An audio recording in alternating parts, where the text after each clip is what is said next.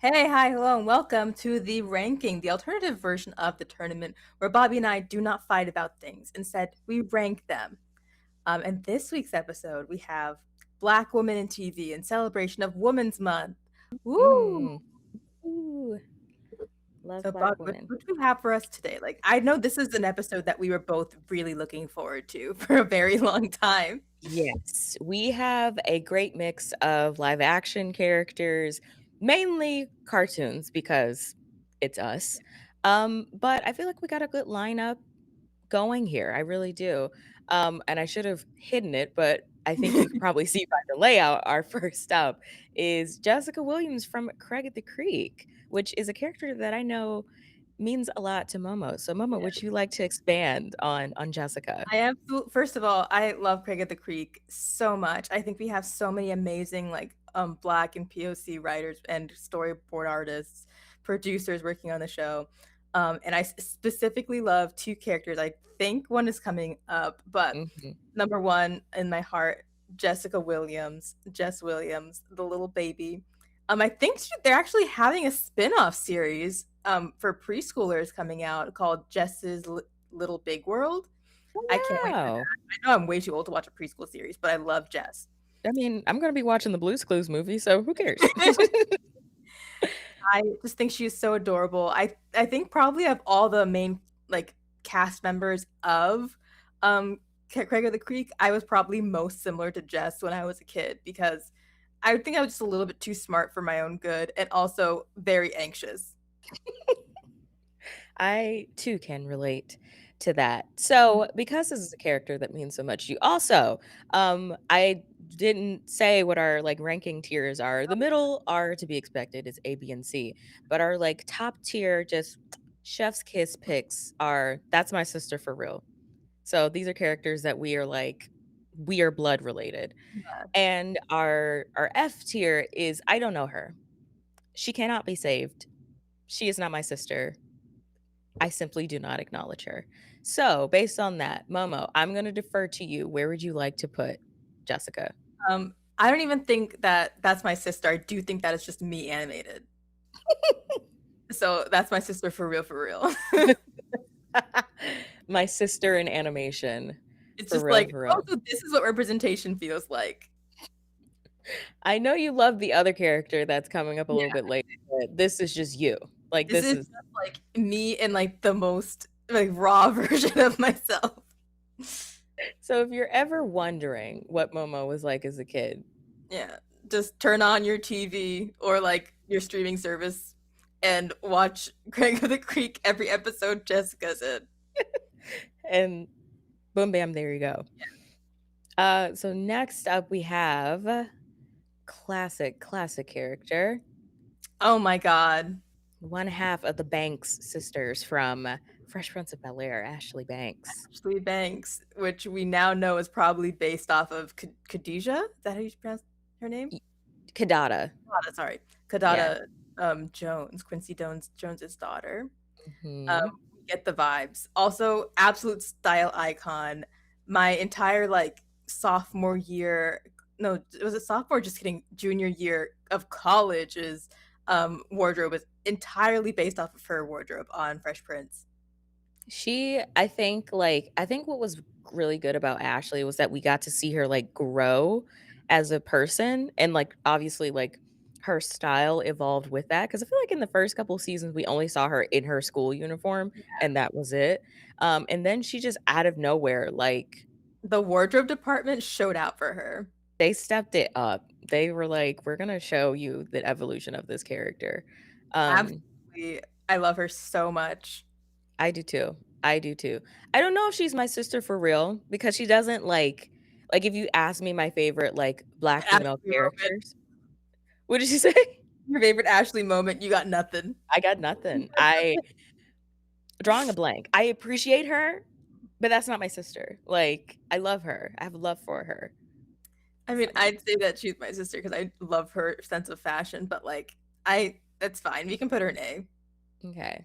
It's nothing against her. It's just I don't have a ton there for her, but I mean, she was like not, she wasn't like a super not popular. she wasn't in one of those like side characters that was in every single episode or like more episodes than not. So I could see why. They definitely gave, like I don't even think they gave Hillary more time necessarily either, It but was really just Carlton. yeah, It was Carlton and Will for most of the series. that is very, very true. Oh gosh, these are like back-to-back Momo picks. I have Mhm. no opinion on this whatsoever, but I know Momo does. Oh my god! Carol! Oh my god. Carol from the Saddle Club. If you are uncultured and don't know what the Saddle Club is, it was an Australian, like, I guess, slice of life show about horses. Sure. And it was on Discovery Kids Grow for Life. Um, I absolutely adored the Saddle Club. And of course, Carol was my representation. You love a black equestrian. I I love that. I think this may be the second or third time Saddle Club has been mentioned on something, and Momo has the same reaction every single time, which is, "Ah! I Saddle Club." love the Saddle Club. Also, I love the Saddle Club so much. I loved horses so much growing up that I was transferring schools in high school to like a different school, and my mom like showed me this like Catholic school, and I almost transferred because they had an equestrian club. I was gonna live out my Saddle Club dreams, but thankfully it didn't work out, and I ended up going to like actually a way more fun high school program. That's Didn't hilarious. have an equestrian club though. You almost gave it all up to be a horse girl. I almost gave it all up. I almost became like a Catholic schoolgirl just so I could join the equestrian club. And it's not like you were an equestrian and you, like, were just wanting to join a really good program. You just wanted to, like, be around a I wanted horse. to transfer from my high school, and I almost chose this one because it had an equestrian club. That's hilarious. That's But hilarious. that's my sister for real, for real. That is That's your sister in horsehood, in equestrian. Carol That last name. That's my last favorite. Oh my gosh, that's so funny. I think Carol she's like a is freelance not director now. what'd you say? I think she's like a freelance director in real life. Wow, good for you, Carol. I don't think that's her real name, but I don't remember what it is. I don't know what it is either. So next up we have our first of a couple superhero picks. Oh, And our first oh my gosh. Cree Summer voice character of many on this I list. can't believe we got through. Well, obviously the rest were actually live action and one animated, but the first of many, I'm sure, of Chris Summer's first voice characters from Batman and Beyond. We got Mhm. Maxine Gibson, who I love solely for the fact that her hair was pink. I that's that's fucking valid. That's that valid. that's fucking killer right there. Like whoever like had the big brain idea of not just giving her like a black pixie cut, but a pink pixie cut. Inspired. Genius. Genius. Um, that is the extent of what I know and care about this character, but that I is mean, the I also did not watch Batman Beyond, so I don't know much about her character. I just know that she was black, her name was Mel Gibson, and her hair was pink, which is was enough for me. honestly, that's enough for me too. She can go and be just for the fact that I know her very well. we don't know her very well. We assume the best. I assume B is like when you meet another black woman in public, like we're gonna have solidarity against white people, but I don't know you as a person just Yeah, yet. But I'm gonna still defend you. I agree. It's like So we literally have nothing against this character. We just don't know her very well. we just don't know her, and that's okay. That is okay. But this next one is a character that we do know very, very well. And this might be my first that's my sister for real pick. Oh my god, Miranda. Miranda! That first of all, I get that. I just want to say I'm a Miranda apologist. I know that people are like the only like black female character in the show and she has to be a bitch. But you know what? I love Miranda being a bitch. Being a bitch is a pastime.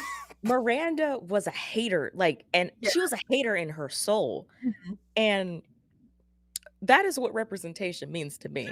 Like, she was a hater through and through, she practiced it, and I just think that that's just so beautiful. I really do. Like, she wasn't there to be helpful, not No. even to Courtney, who was her best friend, She was sh there to be an antagonist. and I Also, like to her see it. outfits were fire. They were all good. She was eating the girlies up every single episode. When you Every single compare her episode. character design to, like, that of the Black Girls in Pepper Ann with the 3 strands of hair, absolutely fantastic. Actually, this They is actually a really good black character design considering this is, like, what, 2000? Mhm, like, very, very early like, be it you could probably just straighten her hair and change the tone, like, lighten up her tone, and she would just look like a white girl, like, they don't give her that much in the way of distinguishing facial features. I almost gave the, like, nose, but then I remembered that, like, everyone's nose in that animation style looked like that. Yeah, that is the classic, Klasky Csupo, just, like, wide nose, but for the sake of argument, I'll give it to her. That's the one ethnic feature that they gave her, Yeah. I mean, but it's better than, like, what they did with other black characters. true, where they were just, like, doing too much, honestly. It gave caricature, it gave minstrel, it gave blackface, but not Miranda.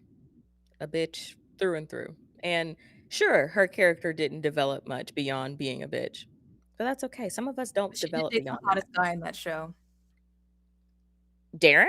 Yeah. Yeah, and she got him when he was, like, on the come up too. Yeah. So she's smart, and that's what matters to me. She That's didn't my see the vision, but she did take it as soon as it was fully formed. she she gave Darren what he needed because at that point in the show, Ginger was on some Fuck other shit. shit. She was truly like she dyed that little piece of her hair blue. She was in the band. It was bad. Like, it was really bad for her at that time, and Miranda was like, "I'm not waiting for you to figure shit out. I'm gonna take your man because I can." And I love that. I do. I really do love that for her. I mean, that's your sister for real, for real. That's my I don't sister think I for would say that for Miranda myself, but, like, I do whatever makes your heart happy. and I have to put her there. Yeah. Like I said, Miranda apologist. I simply will not hear anything different. I just don't care. Okay.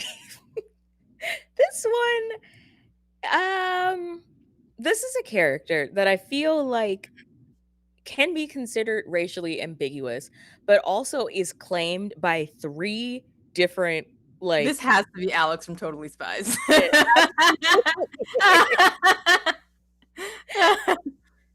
Asian girlies, Latine girlies, and Black girl. We are all claiming Yeah. Alex in a three-way tie. Like, like, POC solidarity in a character. That's Alex. I Yeah. would venture to say that Alex is maybe, like, Blasian. Like, I get Black Asian vibes from her, but also I have no idea. I really get, like, Afro-Latina, honestly. And the thing is, we're I'm pretty both sure right. she's Vietnamese. I'm pretty sure she's looking Vietnamese. I'm gonna count it. I'm just gonna count it. I mean, like, when we were little black girls, Mhm. it was like an unspoken truth that if there was not a black person in this cast, we would go for either the darkest skin or the brunette because that was the closest we were gonna get. Exactly. Like, Alex had the tan skin, she had the black hair. That was all we needed. That was truly all we needed. And, apparently, like, because when I put in, like, "Is Alex from Totally Spies black?" Some people feel like she's black based off of how her parents look in the show. I don't Um, remember how her parents look. let me see if I can find it really fast because that might be able to give us some insight into if she is black or not, or it might not help at all. I'm just seeing a lot of Google search results for "Is Alex from Totally Spies Filipino, black?" Oh, I see her parents. Like, her mom, yeah, her mom looks like she could be, damn. That's the thing. Like, she's got a white dad, but the mom, I don't know. Man, you know what? We'll claim her. I'm claiming her. I don't. She's on I mean, this like, list. I'm not gonna go back now. Like, I've claimed her since I was what, like 7 years old. Yeah, and you and Alex got the same haircut right now. Yeah, the like, for sure. I'm rocking the Alex. So we claim Alex as our Yeah. own, or we continue to share with the other communities I that don't know we. if I'd say that she's my sister for real, but like she is solidarity between like the South Asian, the Southeast Asian, the Black, the Latinx, like girlies. We all love Yeah, and accept her. I think for that, I give her an A for POC absolutely. unity. Oh my gosh. I didn't know which way that was gonna go. I knew we were gonna love Alex, but Yeah, I didn't know like how we were gonna claim her or not claim her. we love Okay. her. We have the same haircut, so like if that's not proof, I don't know what is. You didn't even think about y'all having the same haircut until I said it. I know it's just even more proof. Oh my gosh. Okay, next up we have a children's educational programming classic. Also the only Black woman in children's educational programming that I think I've ever seen. I thought this was gonna be Jackie from Cyber Chase. Oh, yeah, duh. Okay. The other Like girl, one of the two. one of the two. Well, I guess one of the three if you count Doc McStuffins, who's not on That's this true. list. Okay. But Keisha from Magic School Yeah. Bus. I loved her. First of all, she was wearing pink, and Yes. I was obsessed with that. Not Mhm. just pink, but she was wearing fuchsia and then like this really beautiful light blue. I thought that was just an inspired combination on this little black girl. Absolutely inspired. I love the hair. I love that it's like it's curly in Mhm. a bun, which is typical little black girl going to school hairstyle Mhm. is if your hair is curly, it's probably up in a bun, Yeah. because it's gonna bother you. I just liked her because her name was Keisha and my mom's name is Keisha, and I never Oh, see anyone in anything whose name is Keisha. So, I was like, "That's my mom." yee. So, That's so cute, Bobby. I loved her because she was my representation. she was, and she seemed to be, of course, the only somewhat logical one, She was like smart. She was a natural born leader. For mhm. whatever reason, like Ralphie was just always in her business. Ralphie listen, Ralphie knew what was up. Like, he knew he may have, like, tried to be all up in her business now. Give it, like, 6 years. Ralphie's gonna be coming back around to Keisha, trying to talk a lot of game. Be like, "You remember when we were, like, inside of that whale in Miss Frizzle's class?" I mean, I'm pretty sure she went on the field trip where they went inside of his body. So, Even better. like Connection. 15 years now, it's like, remember when you went on a field trip inside me? I'd like to take a field trip inside of Inside you. you. We've already Ew. explored each other's bodies. Let's keep Ew. going. Oh, ugh, ew. But I'm that's disgusted. that's no slight on Keisha. She was just No. trying her best. I But do think you'd be like, that's so sweet, but no. no, no, thanks. I'm good. I'm good on that. Thank you so much. uh, But where are we wanting to put Keisha?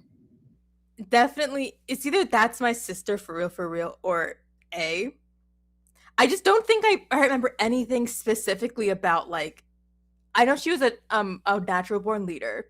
I knew she knew what was going on, but like she didn't have a catchy like a catchphrase like according to my research or this didn't happen at my old school or I knew I should have stayed home today. Yeah, they really did not give her anything. Her and the other black boy.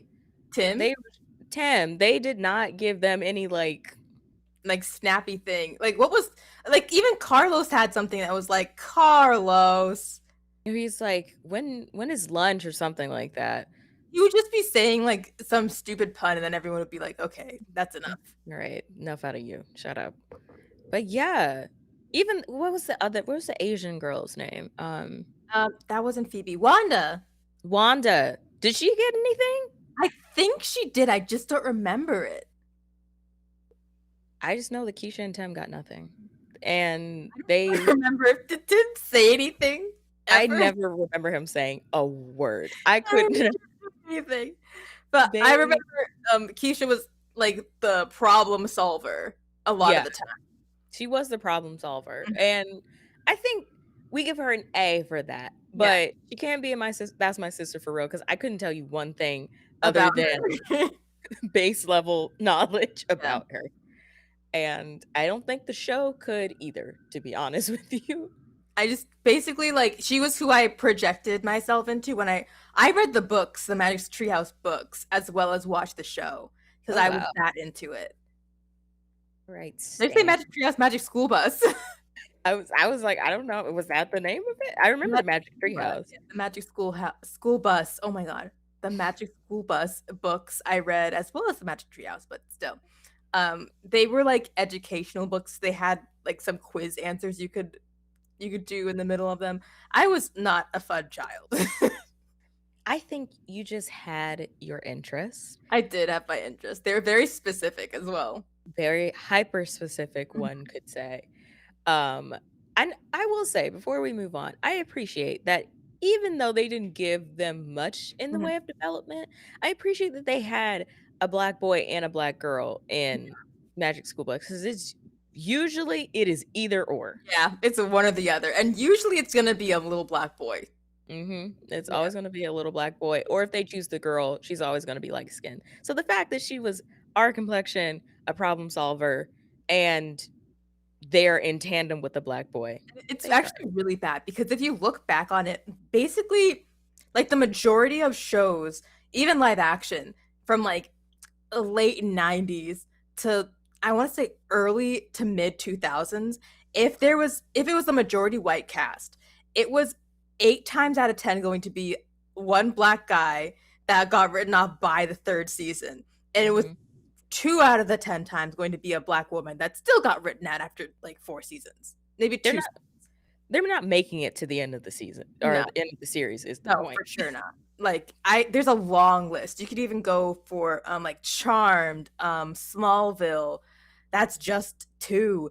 Um Teen Wolf. Teen Wolf. Oh my gosh, which is the one with Heroes. I loved Heroes, but like still you had one black guy in the cast and he was written off by like season 2.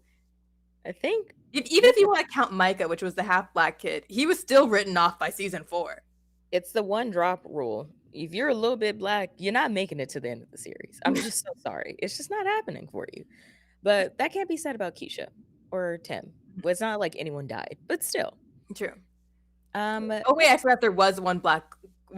Obviously, again, light skinned black woman in Heroes for season 1, but she was killed off before the end of the season. damn, she didn't even make it the whole For make season. it the whole first season. Usually they keep the light skinned like black women around, but because No, she has to be the romantic interest of some random white she was man the character. main love interest of the main character I knew until it. they killed her off. She got fridged. Oh, Yep. she got fridged. Oh, you hate to see it. You truly do. Monique. Monique, the first of Raven Simone's characters on this True. list. True. But I Monique, forgot that back in the day it was either Cree Summers or Raven Simone. if she was younger, it was probably Yeah, Raven. If she was older, it was Cree. probably, yeah. Mhm. But there was like a cutoff. Like if she was a teenager, it was usually going to be Raven. But if she was a child, it was going to be Cree Summers. It was Cree, Raven, and then Cree again. Yeah. But yeah, Monique, she was introduced not in season 1, right? She was like introduced later in the series. She was, and I think she had a different like character design. Like when I was looking at pictures of her when she first appeared, Mhm. she like they didn't give her like the whites of her eyes. She was just like almost like Oh, how like a background character. kind of yeah, like when you're not going to fully develop the character, so they just like almost like Scooby Doo, like Mhm, mhm. original Scooby Doo eyes.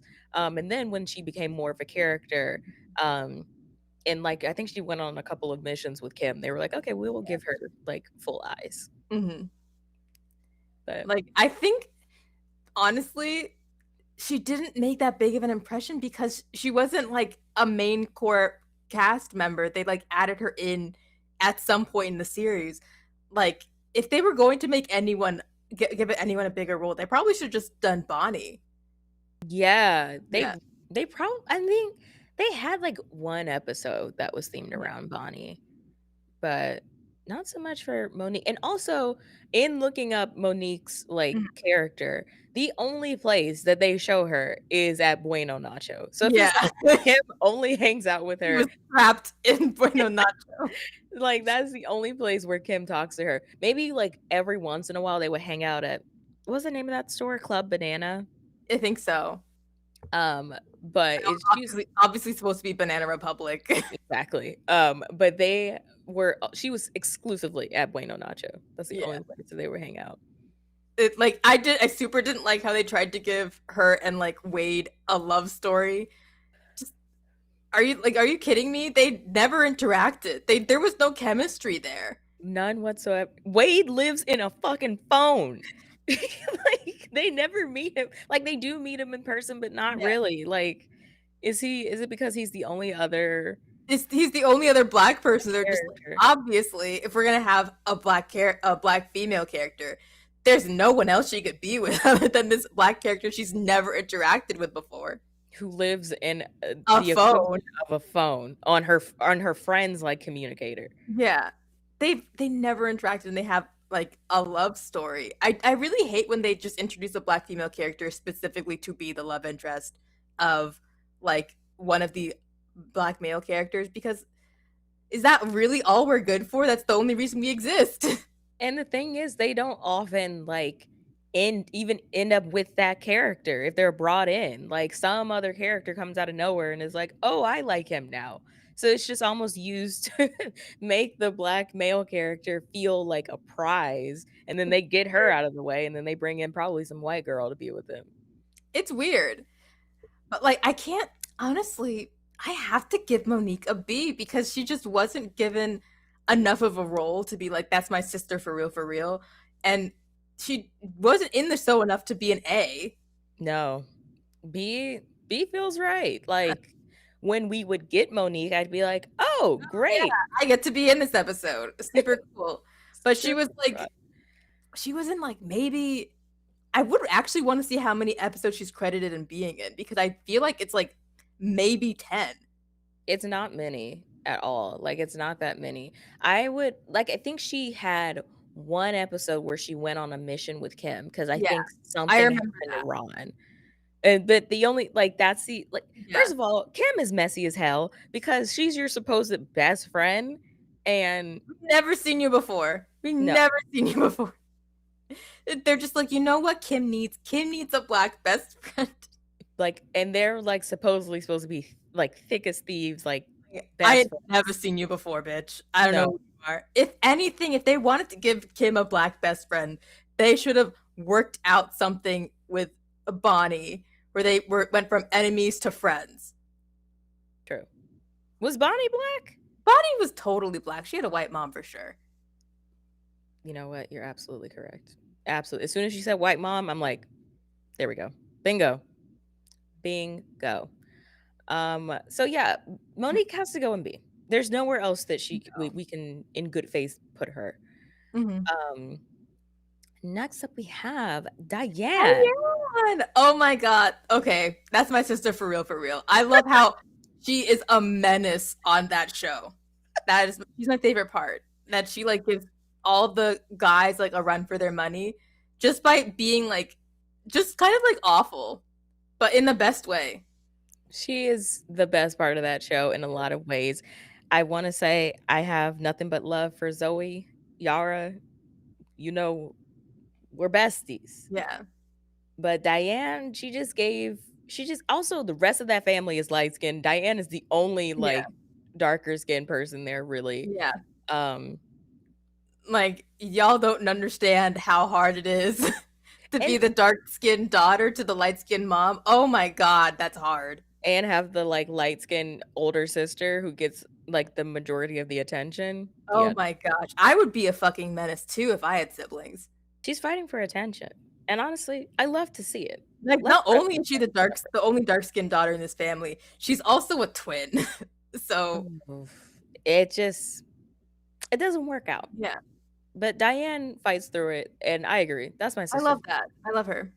She's That's my hilarious, and also she, like, torments the men in her family, and I think I respect her for that. you just like to see men suffer, Momo, I think. Nah, I can neither confirm or deny that. You plead the fifth on if you like to see men suffer. Oh my gosh. I feel like that's an excellent segue into our next character who consistently wanted to see the men around her suffer. I don't know Um, who this could be. Oh, Bumblebee! Bumblebee. She was on Cyborg's ass every single time she saw him on his ass. And she's up on my wall. Where is she? She's right She's there. so cute as well. Like, I understand that the puffs are just, like, a black girl, an animation, like, character choice. Like, Yeah. it's like they're just like, you got puffs, you get a ponytail, and that's it. That is all we care to draw for you. We're Yeah, not letting your curls move. We're not animating that. But no. it's You're it's not fine. gonna get Barbie level animation here. Absolutely not. Absolutely not. But I feel like for Bumblebee as a character, it kind of It works. works. It It works. works. I just like Bumblebee because again, she was the only black girl that showed up. I mean, you could make an argument for Starfire technically, but not in Teen Titans. Like that was a Yeah. white girl in Teen Titans. Bumblebee was all we had. Bumblebee was all we had. I just hate that she okay, with the DC universe and Bumblebee specifically, they love to just like incorporate her super late in the story and Mhm. then do nothing with her. You can't like involve this really dynamic and amazing character and then you're like, "Well, whoopsie." What if with Teen Titans are just like, what happens if the show was to get canceled? Wouldn't that be funny? And then it Then does. it happened. With Young Justice, they're just like, what if we just incorporated her super late and just had her be a character that existed in the universe, but really had no value to the story whatsoever? They always like to do the thing of like, "Oh, well, I've always been here. I've always been fighting, but this is the first time that I'm interacting with the core group of people." That makes no sense because I with hate that. Please stop she doing that. she was like in Titans East. Yes. That was the whole thing of like there was a whole other group of Teen Titans, but they're just on the other side of the city And doing shit. it's like, why have I never heard of you until now? Also, this is completely off topic, but I just found out that like some of these fictional like DC universe cities are like set in like actual of our like US states. And I think Central City, I don't know if it appears in Teen Titans, is supposed to be in like Missouri or something. And I'm like, How? how the fuck is there so much crime in Missouri? Like obviously like the whole Black Lives Matter thing, but like there's so much like like Like super villain crime. and crimes in Missouri of all places. I think Gotham's in like New Jersey, which actually kind of checks out. No, that makes sense. No, that that tracks. Well, I'm confused because isn't the Titans Tower on a cliff overlooking a big body of water? How is it Missouri? Like, is it Central City? I can't remember. Did they ever Like, say? I could Google it, but like, I know that a lot of the super famous DC cities are like based in states that. Why the fuck would there be so much supervillain crime there? No, it's Jump City. Jump City, which is It's probably where's it Jump City supposed to be located? Is a good question. it's based off of San Francisco, which makes a Okay, lot of sense. that makes more sense. I could see there being a lot of supervillain crime in California, but like you can't put Central City in like Missouri or like Ohio and be like, yeah, there's a crime hub here of supervillains specifically. I Like, mean, they gotta give some representation to the Midwest states. I guess so, but like, what's the Flash got anything to do in that shit? Well, consider the superhero that they put in That might these have been Midwest wait, is states. it Star City or Central City? Sorry, it might be Star City. Oh, probably. Central City is the green uh arrow, I believe. It doesn't help when they just have all of these city names just be like blank city. Yeah.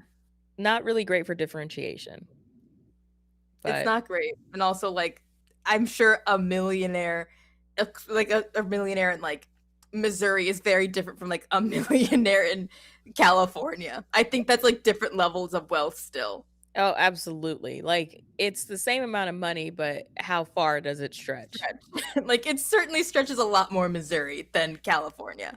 Yeah, yeah, I would say so. Anyway, back to Bumblebee. That was a quick like detour. I I feel like Bumblebee, Hmm. they definitely kind of gave her, like, at certain points, like, the angry black girl trope, Yeah, I when could see she was that. always kind of, like, flying off the handle, especially at, like, Cyborg and stuff, but I didn't care because she was the only black girl in Teen Titans. It's like some things it's unfortunate we just had to accept because obviously if there's going to be a black guy that's well loved, he has to have like a girlfriend or like love interest character that is just mean to him because why not? Were were Bumblebee and Cyborg ever, like, I think together? like it was like implied they were meant to get together, but that might have just been like the whole if there's a black female character, like she's obviously has to go in a romantic relationship with the only black man.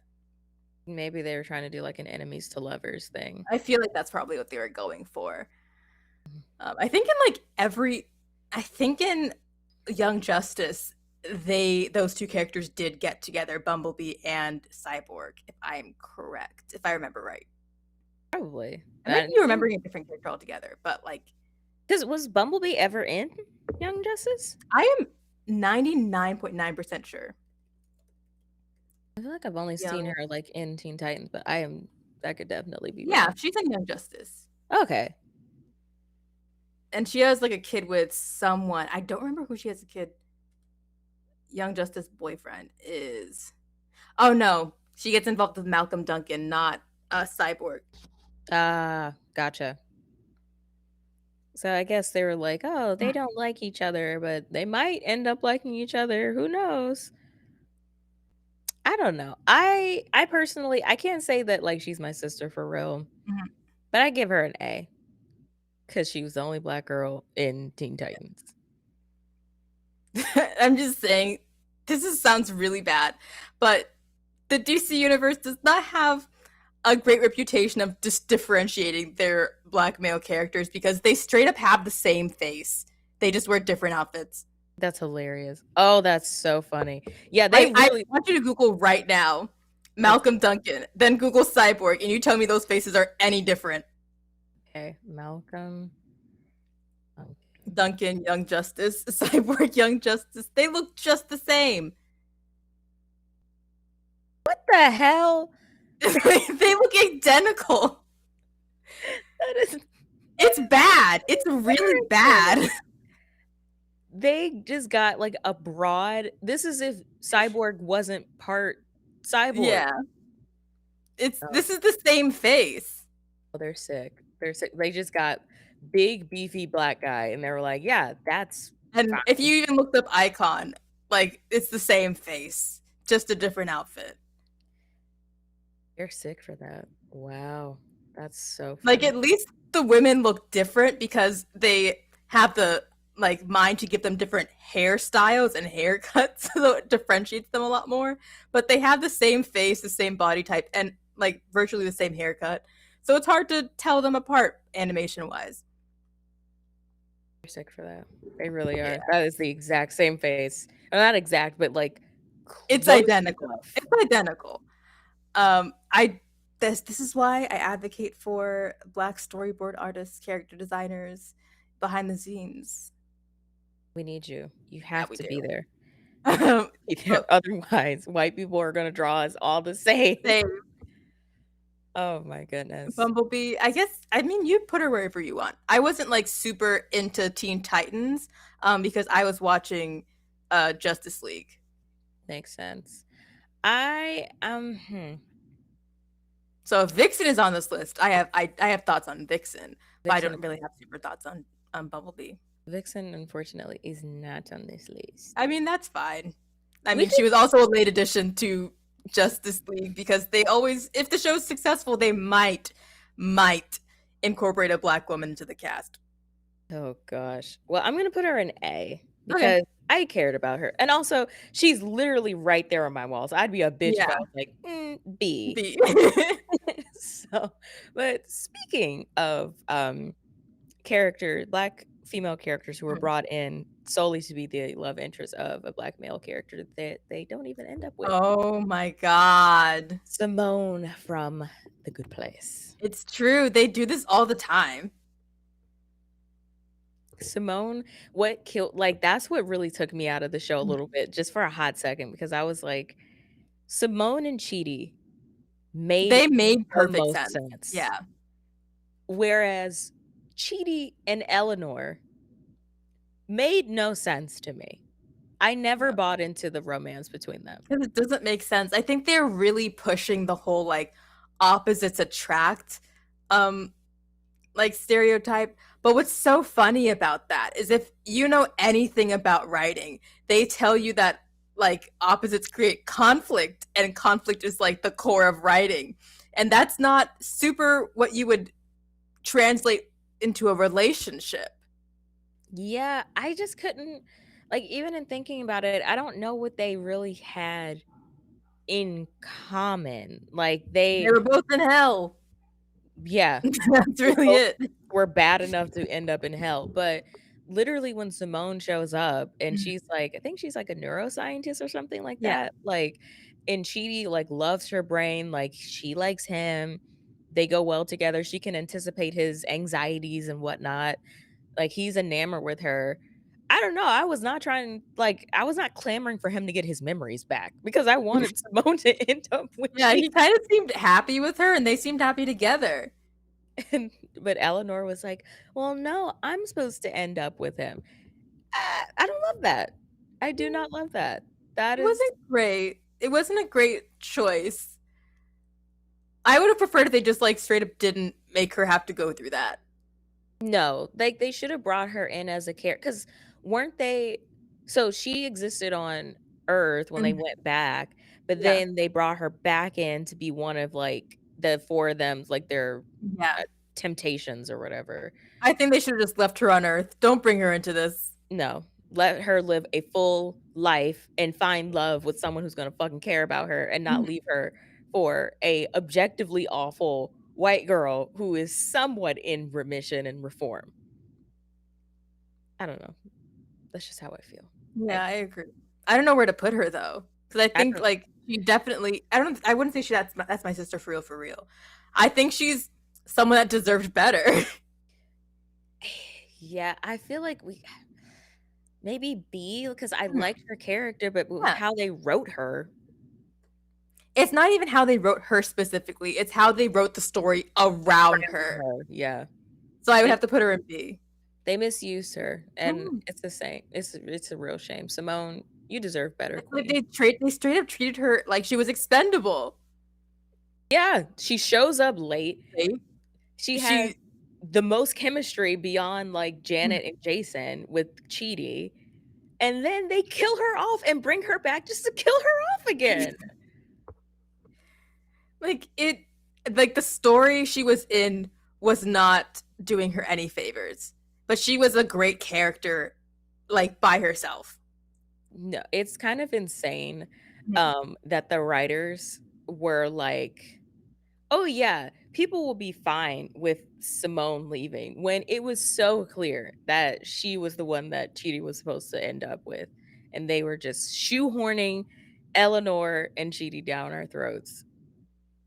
I don't I just never saw it. I just never saw it Like from you see this healthy relationship like of people that understand and get each other and like actually work really well together. This is garbage. You want someone that is antagonistic to you and gives you so much stress because that's real love. Like and who you um constantly have to teach things to. yeah, Because what does Eleanor teach Chidi? How to ab- loosen up? yeah, maybe arguably that, but it's really just like Chidi teaching her how to be a good person. Simply not enough for me. Yeah, that's not how you say balance. That's not balance. In a relationship, no. not at all. It's like I teach you how to be a grown adult and you teach me how to loosen up a bit. That's not equal. That's not the same thing. It's not the same thing at all. But I mean, I guess they ended up in the afterlife, and then their little star souls went off to do whatever. I But guess. yeah, Simone, you get a B not because of you as a person, but because of the story that was built around you. You deserve so much better. Moving on to a character I know absolutely nothing about, but she is hot. Oh my god, Michiko, I love her. First of all, she's that bitch. I could tell. Like I get that bitch vibes from her. Very head bitch in charge vibes from her. If I needed someone to like handle something, like handle something, I'm calling Michiko. I think this bitch could get shit done. And because she does get shit done in her show. Michiko Believe it. Toha. So, kind of explain who is Hmm. Michiko? Like, explain her character a So little bit. basically, I'm pretty sure she's supposed to be like black, Latina, maybe also Japanese. I'm actually concerned about, like, not concerned, confused about her background. But Okay. it's hard to explain. I haven't seen the show in so long. Um, Something about gangs or something or the other. There's this girl that it's unclear if this is actually her daughter or just the daughter of a guy she really, really liked. And she just kind of like takes her sort of against her will under her wing. And that's the show Michiko to Hachin. It's a good watch, mostly because she's really hot. I would check this Yeah. out only because she is incredibly attractive. Um, but I'm leaving this one up to you. You pick. I'm giving her an A because I wouldn't say that's my sister for real, but she is just so hot. And that's enough. Hmm. That truly is enough. I don't know who the character designer for her was, but A plus. Yeah. A plus all It's an around. anime, so it's just maybe some animation studio in Japan. I don't know actually. Well, y'all 10 out of 10 cuz the face card never declines with her.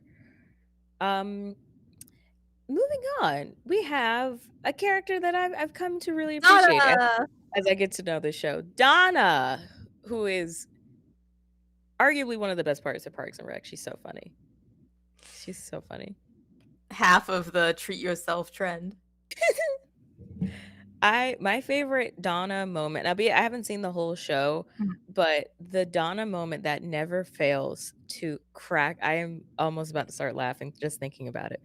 But it's the scene where Leslie shoots Ron when they're up in the mountains, and I guess in the crossfire, she shoots Donna's Mercedes, and they're just they're like everyone is inside minus Donna, tending to Ron's wounds, and all they do is, like, they hear Donna, like, crying out, like, yelling and screaming, and it's because her Mercedes, like, the window got shot through, and her, like, doubled over, like, "Ah, my Mercedes," is so fucking funny to me. Oh my gosh, it's hilarious. I don't remember that scene. I mean, I haven't seen the show in a while, It's but good. Eh, her and that Mercedes are besties, but she's so funny. like, you know what? I'm gonna let you put her wherever you want because I haven't seen the show in so long. I don't remember. I'm gonna put her in That's My Sister for real, Okay, because what I loved about Donna mhm, was that, number 1, she was a Black woman in an NBC show, which true. feels rare at this It is point. rare. Um, and not only was she like she was funny, you could say that she falls into the Jezebel stereotype a little bit, but I don't know. I just felt like she was a woman who was like doing what the fuck she wanted to do. Like Mhm. she had her own money. She lived a very mysterious life. She she never like had to worry about a man ever. I don't know. And the whole like treat yourself thing, I Treat fucked with it. yourself. Treat yourself. So, I don't know. Hmm. Donna, amazing. Also, Okay. social media queen before social media was like truly like a Oh thing. yeah, the influencer, the original influencer.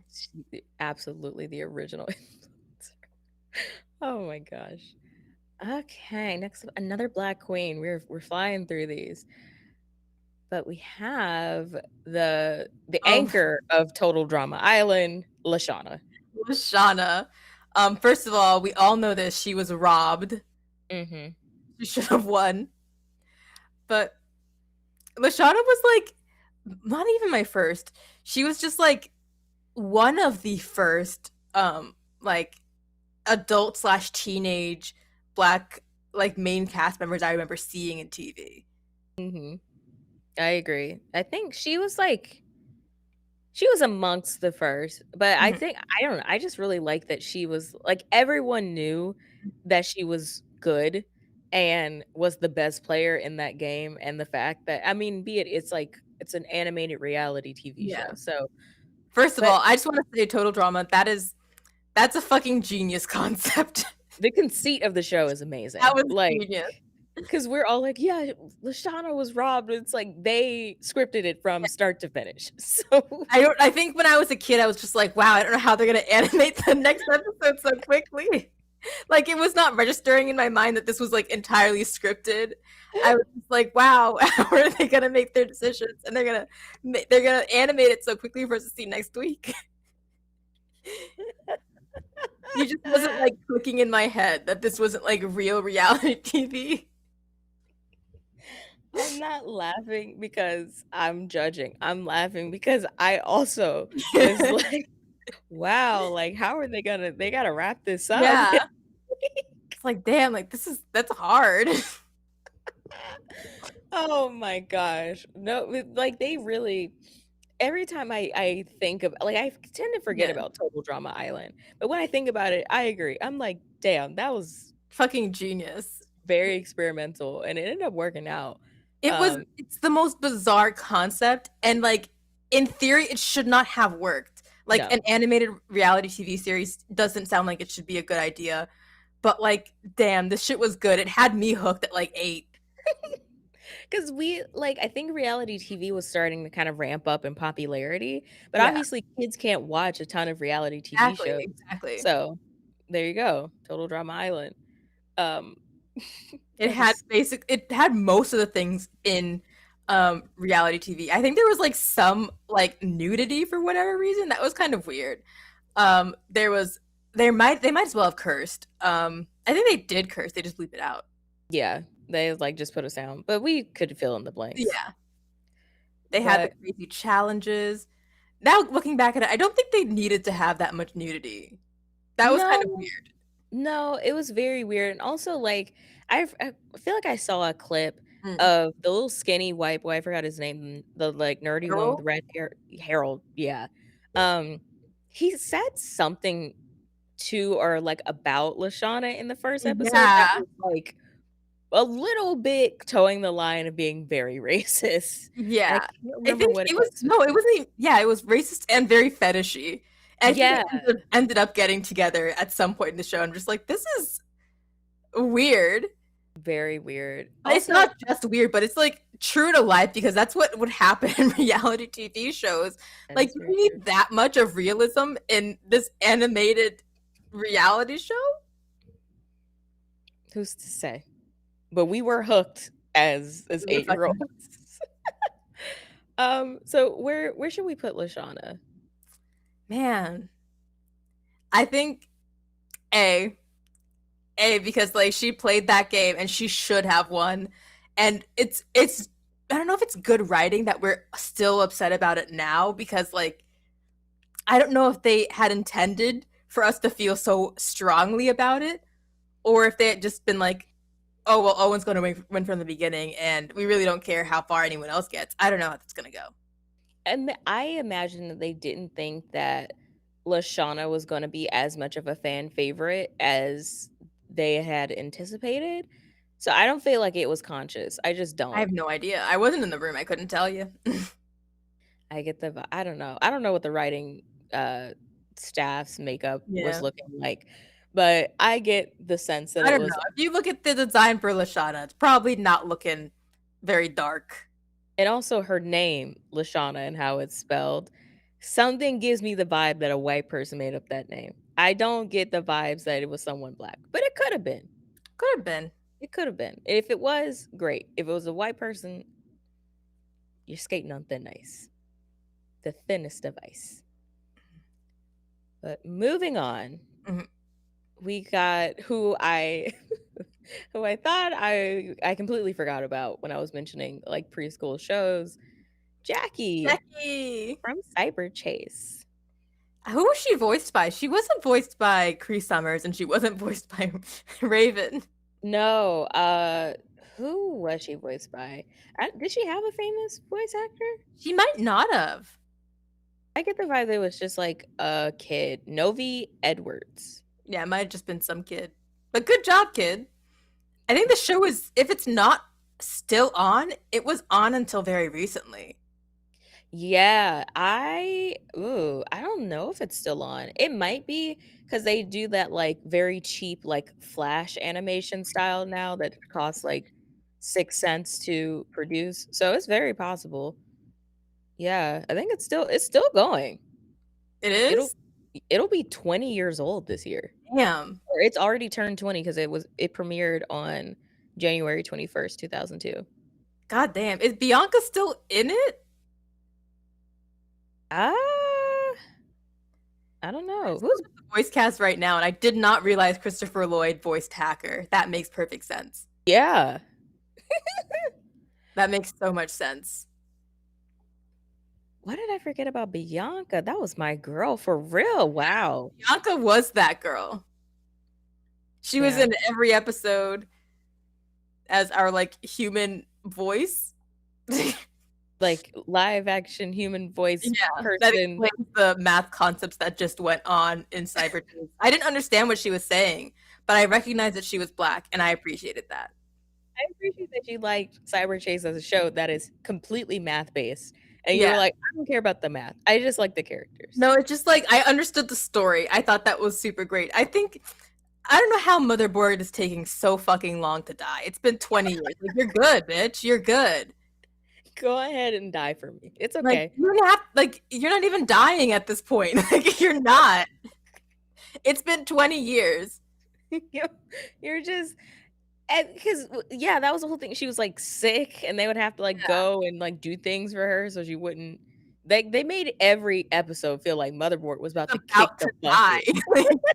She's not about to die. I feel like I don't know. I don't know what's going on there, but like she's not about to die. It's been 20 years. 20 You're years. still 10. If anything, I think you are all dead and you're just serving Motherboard for some reason. You're serving Motherboard's memories. Yeah. Oh my gosh. I remember really liking Cyber Chase, but I too was like, I was just focusing on the stories. When they would do like the math problems, if it wasn't basic counting. Yeah, I was not participating. I was just like, okay, so like, is Motherboard gonna die? Yes or no? Also, I don't remember any of the other characters' names other than Motherboard, Digit, Hacker, and Jackie. I don't remember the other kids' names. I think the other one's names were Inez. I remember that. Inez and Matt? Matt feels Matt. right. That feels right, yeah. Is it Matt? Matt. Sure. You had to have the one white boy and then like, but we had like a Hispanic girl and a black girl, which is fun. Yeah. Wow. Honestly, you could argue that Jackie might be Afro-Latina. She looks Dominican. I do get big Dominican vibes. Mhm. Big Dominican vibes. I think it is, for whatever reason, it's the red. I think that's it. I think that's it. She just looks super Dominican to me. The red earrings, necklace, and bangle. I think that's it. The ponytail. Dominican queen. For sure. Like, honestly, with how much math this girl helped me do, I don't know if I can put her in That's My Sister for real, because I wasn't good at math, despite watching her every Saturday. But I love her. I do love her too. I am cool with putting her in A. Okay. I don't think I walked out of Cyber Chase being better at math. No. But I had a good time. I would say that too. I think Bianca probably would go to like That's My Sister for real, because I just feel like such a kinship with her because I saw her like for 10 minutes every Saturday for most of my life. For like It's the like, first half of my life, it's just like, oh yeah, like this is Bianca. Like we're besties. She explains math problems to me and I still don't get them. I don't get them at all, but she tries, and She that's tries. what matters. Yeah. Okay, moving on to our second or third, I can't remember, Cree Summer voice character, That's my girl, number Abigail. 5. Number 5. I think her name's Abigail Lincoln, I want to say. Abigail Yeah, Lincoln, I think so. number Abigail 5. Lincoln. Spelled like very AAVEE, number 5. Yeah. I love her so much. I do too. I do too. I Also, a consistent Halloween costume for Black girls to this day. It's To true. this day. Even when I lived in Japan, like there was still black girls dressed like number 5 for Halloween. And I think that's beautiful. Because we don't have many, like, easily Yeah. distinguishable Black female characters, and number 5 is easy if you just have a red, Red like, hat, blue a red shirt, hat, a long blue shirt, and some, like, gold hoops and, like, white white shoes. sneakers, and call it a day. Like I love her. I love her. I think her personality was just like that bitch. Like she taught me how to be that bitch. Mhm. I think she was supposed to be the leader of Sector V, but like she didn't want it. So number 1 does it. Which we can make an argument that number 1 is of color in some way. I will not be agreeing with that argument. But Momo is the only person that I know actually who holds that opinion He is black. He's black. I don't know what else to tell you. to you. Anyways, number 5 is Black. I can tell Yeah. because I'm looking at her. But is that your sister for real? That's my sister for real for real. That's my sister for real too. Also, any character voiced by Cree Summer, I'm just gonna like it. Like, Yeah. I've been conditioned to my whole life. because we had no other options. But also, like, Cree Summer is like, that's my mom. Yeah, like essentially. I think Like, she's old enough to be my mom. I think she's too. I think she's almost to be my mom too. But like that's my mother. That's my Our mother right there. black indigenous queen. Love her. Love a Black woman from infinity to infinity. Okay, next up we have a slightly controversial character, Oh, Molly Molly. from Central Park. It's controversial for many reasons. Many. Number one, if you don't know, if you have not seen Central Park, it is a show on Apple TV Plus. It's an animated musical series. Half the cast is from Hamilton, and like the other half is from Frozen for whatever reason. Molly came under some scrutiny because for season 1, she's voiced by Kristen Bell Mm-hmm. for whatever reason. Um, like, why is Kristen Bell voicing this little black girl? Is a question many would ask. Me including it. And enough people asked that question that Kristen stepped down for the role, and she is now voiced by Emmy Raver Latman, which I don't know why she couldn't just voice her from the very beginning, because like they essentially look exactly alike. And that's all that really can be said on I mean, Molly is a very, like, imaginative character. Um, I don't have a ton of opinions on her. I just know that, like, she was a little bit controversial because they had Kristen Bell voicing her. Yeah, and And it's really funny because I didn't even notice the voice change when they did switch out the voice actors. I noticed not a single thing different. so it's all good. And also, weirdly enough, this is the first of 2 characters who were originally voiced by white women. Um, It's a weird thing to do. it's a very weird thing. Now, I will say, I feel like Molly is okay enough character, but the whole thing of her being voiced by Kristen Bell, for me personally, does put her character in like a C. I could see that. Yeah. I just really liked how she's basically like a comic book artist as a kid. She draws herself as a superhero. I can't remember the name of the character she is, but like her superpower is her hair. It has like a mind of its own, and it like she like shapes it into things. Like hair manipulation is essentially her superpower, Hmm. and she has the staple black girl hairstyle of two puffs. 2 Afro puffs because, God forbid they look and see the different hair like hair types that black women can have, but I digress. Whatever. But I don't know. I'm personally voting for C, but I could hear opinions for higher.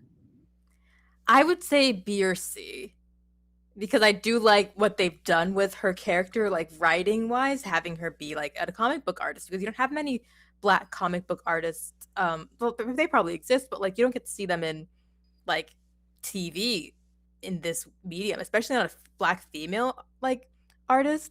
Not ever.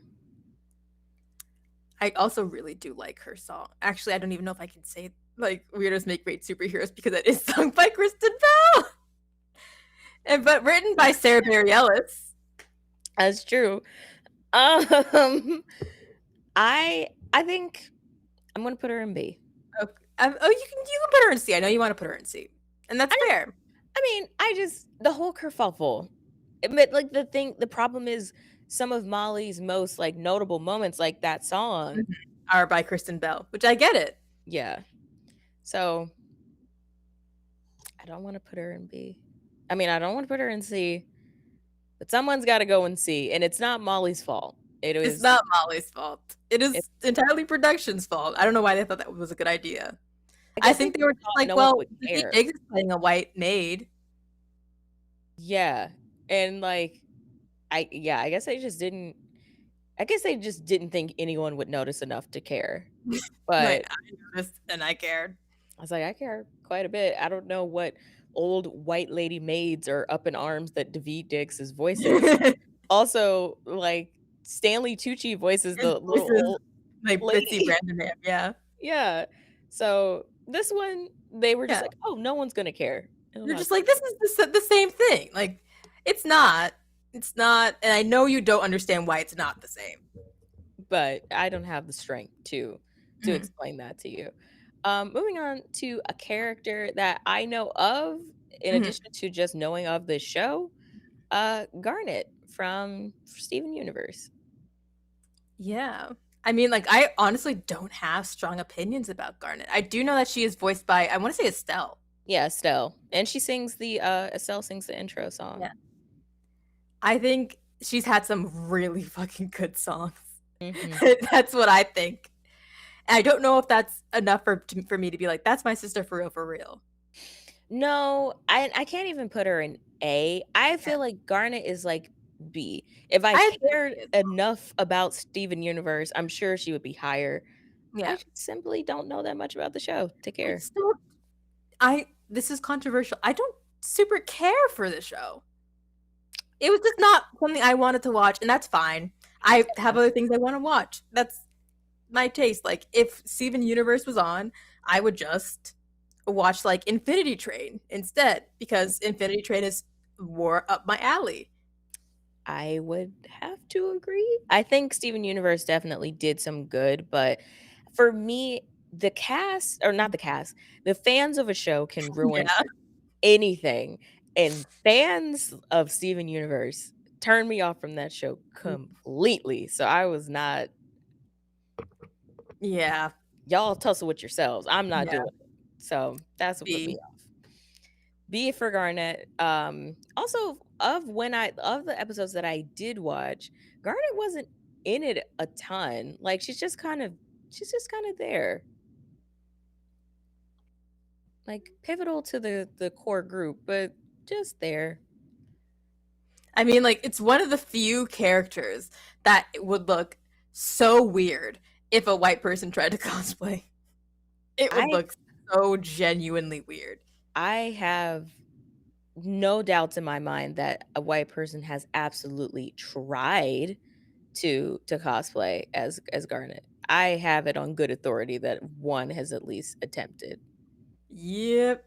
And it's like I just don't like the whole like, well, Garnet's not really black. She's just a gem. I don't want to get into that I'm not getting into that. It's the worst argument ever.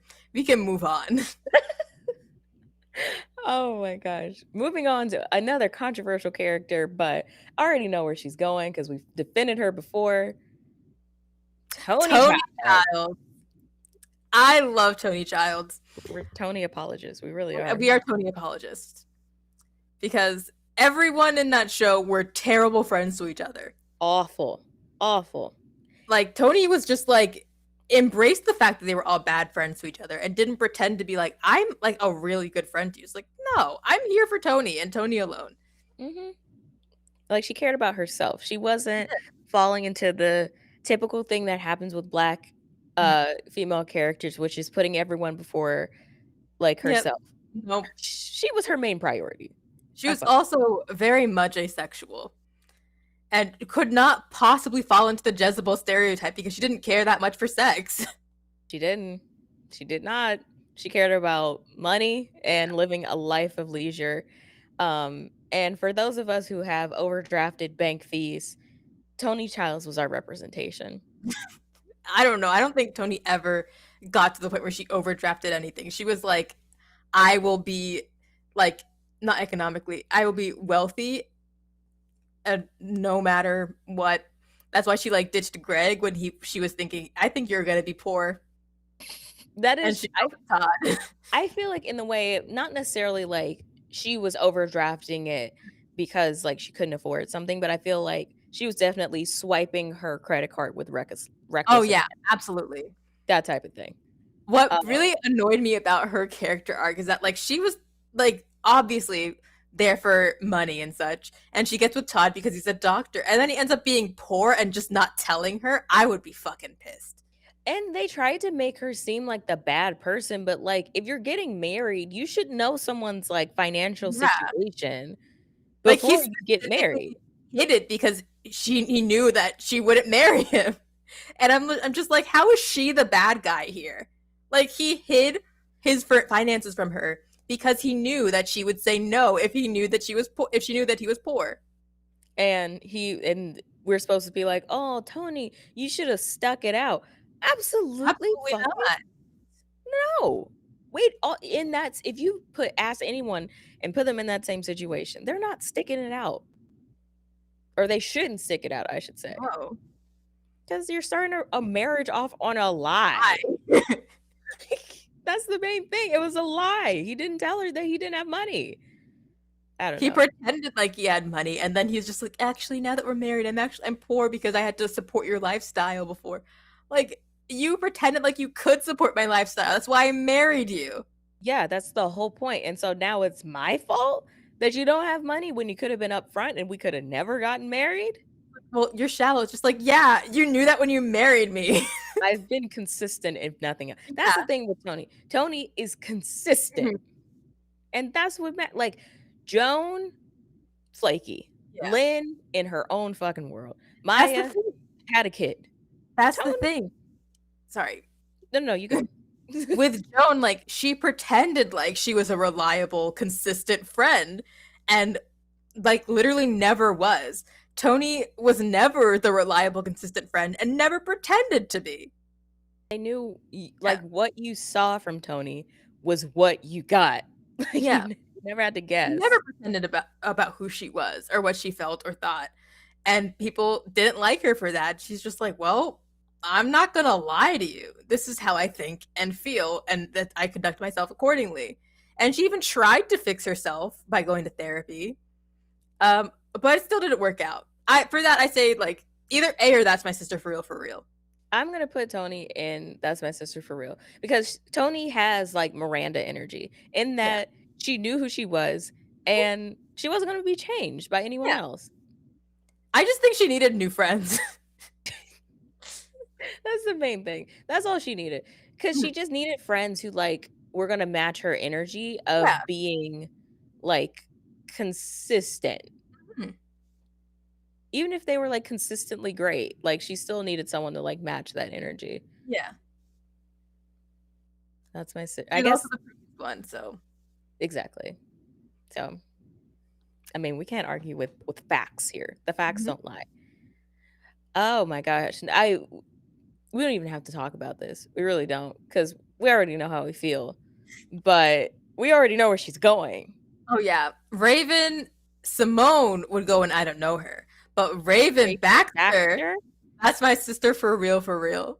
that's my sister. We've talked about That's a Raven on a multitude of occasions. So if you're wondering our thoughts, just go literally, I feel like we've talked about Raven even when we're not like the show is Yeah, not even on a tournament or ranking. That's a Raven girlies. yeah, I mean, and the thing is, it's not like we're just That's a Raven fans for the sake of it's just a black woman on Disney Channel. show was But good. the show was legitimately good, and it wasn't like empty representation. That's It my was sister. solid. Like we got even the episode where she thinks that she could be like a fashion designer because she's like really really good, and they steal her designs and make them for like thin girls. Then she comes out in her own design, in her size, showing them how it's fucking done. That's what I'm Yeah. talking about. That's what I like to see. They even did like the whole like Tyler Perry thing where like she plays all the characters. The like, wasn't that supposed to be like the movie, and they just ended up making it like a Like a long, TV? yeah. They Ugh. ended up making it like a two-part episode, where she like visits her cousins and she plays basically all of the characters. That must have been exhausting for her. I would have been like, when I finish this, no one talk to me. I need space. I need time. You're in Um, makeup for hours and you're doing like one part, and then you have to get out of that makeup and do a more makeup to do another part. And like you're the star of the episode and the show. I hope they paid her handsomely for that.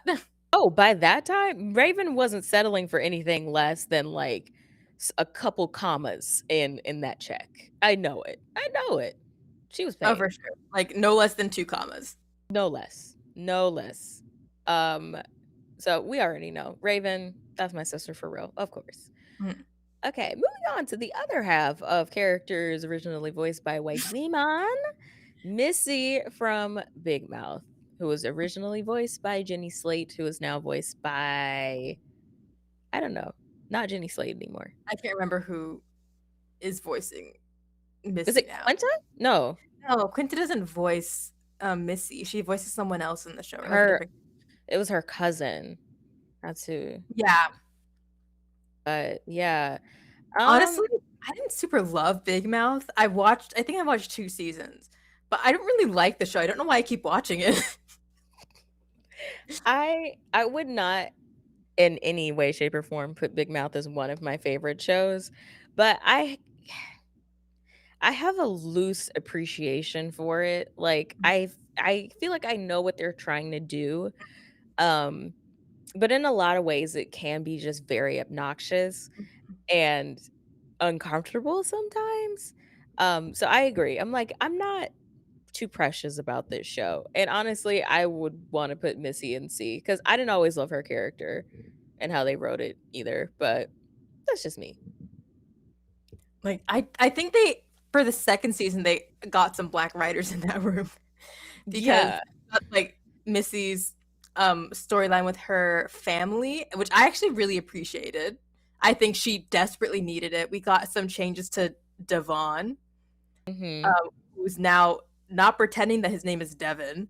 He's Devon. I think they're probably moving towards Missy and Devon getting together, which is different from the whole like black girl existing specifically to be the love interest of the black guy, because they were both main characters or like characters in the show before this change. It's more of a natural progression rather than just like pop up, here you go. Just kidding, you're not actually right for me. Insert different character here. I don't think I've seen I don't think I've seen season 4. So I didn't know that Missy and Devon were. Yeah. I Oh, I think haven't it watched it yet.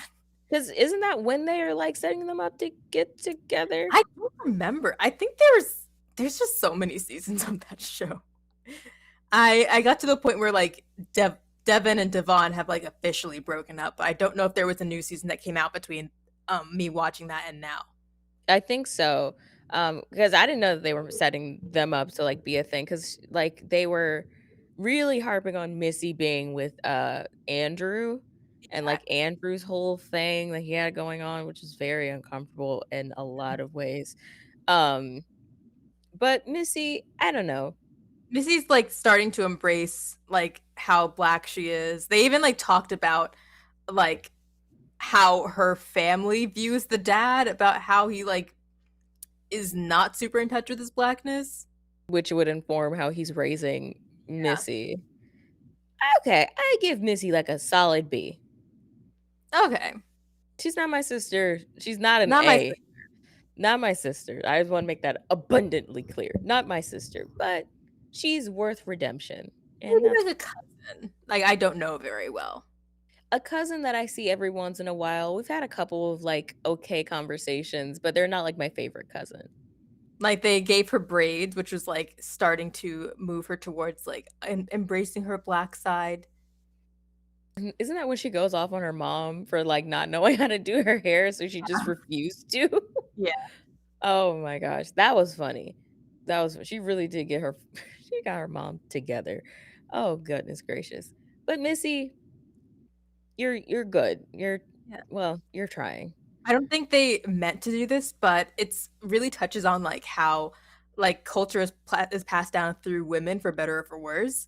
Mhm. So when you don't have an ethnic mom, you don't get your culture passed down because the guys just like the men are just like, well, that's the woman's job, passing down the culture. It's like, well, you are the culture in this situation, and you have to do that job, and they just aren't prepared for it.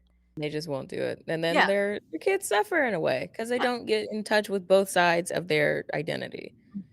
The only Next show up that we haven't really covered that with is like Central Park because they have a different storyline going entirely for that specifically. true.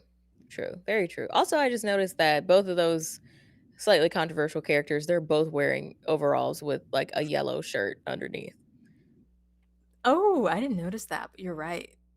I guess they were like, how do black girls who are a little bit quirky dress? Overalls. They tried. You tried. Next up we have a character that I don't really know much about. Rocket. Rocket.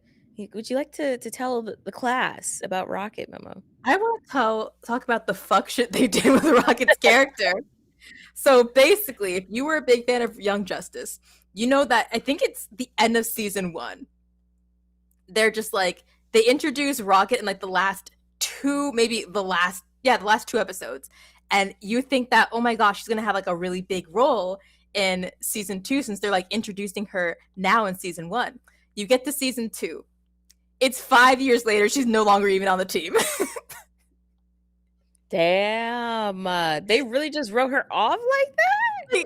Like she's not even part of the main core group. She's just like, oh yeah, I was in Young Justice for those 5 missing years, and now I've grown out of it, and I'm no longer in the main cast. They're sick for that. No, they're sick and sinister for that. Absolutely sick, twisted, unforgivable. Oh, well, she's hot. Is it like a suit that she wears like over her? I think it's like yeah, a suit. Okay. Cuz I was like, "Why? What is this She's at the top?" basically like Icon's sidekick, and you don't really get to know much about her unless you read the comics because not like they covered it in 2 episodes that she was in. But she has like these like glowing like pink kind of like aura superpower things. And would have been super cool to see her as like a main cast member of Young Justice if they hadn't fast forwarded 5 years and completely forgot they were going to do anything with her character. And left her to be where she will be. She was like, I think she ended up being a part of the Justice League, and you saw her every now and then. And then by the season, like end of season 2, she was like now like married with a kid or something. And Okay. it's like, okay, if you've ever seen the clip, it goes around on the internet every now and then. It's like her, I think it's her holding a baby, and the baby has the voice of like a full grown man. It's terrible. Like the voice acting was horrendous for that. Why did they get a grown person to voice a baby? I don't know. Like it sounded like a grown man, and it was supposed to sound like a baby. Oh my gosh. It's Does just it like a grown man obviously being like, "You got a baby in there." It was horrible. okay. It seems like they just fell off with her character. I don't know who had They beef. did not even try. Like, I can't even say they fell off. They didn't even try. She was there specifically, again, she existed to be the love interest of Aquaman for like 2 minutes where they kissed in the end of season one. And you thought, oh, maybe they're going to have like this whole like love story in the next season. That's No. incorrect. That didn't happen. I think Oh, he actually like, ends up being bisexual or gay and like is dating someone else. But that was some fuck shit they did with her character. well, based on that, it seems like she kind of got the Simone treatment of she's a capable character, but everything around her was for naught. She was literally written in the last two episodes just so she could kiss Aquaman in the season finale, and they had nothing else to do for her. Sick. Sick and sinister. Where would you like to put Rocket? It's like, man, we didn't even get enough of her to be like, yeah. I wouldn't say I don't know her. She just deserved better. So the same place we put Simone and B. Okay. We just don't know her. That's so sad. Like, there's Also, a very like clear pattern we're seeing with black superhero characters in the DC universe. and in the MCU, they just don't exist. So we got Storm and we got Yeah, Storm. we got And Storm. There we go. That's it. that's We it. got Storm, and I guess now we're starting to get Monica Rambeau, but we literally don't know enough about her because she was just introduced as a side character in WandaVision. As a ploy, like a foil to Wanda, pretty much. And a lot of those like fights between Wanda and Monica felt racially motivated, but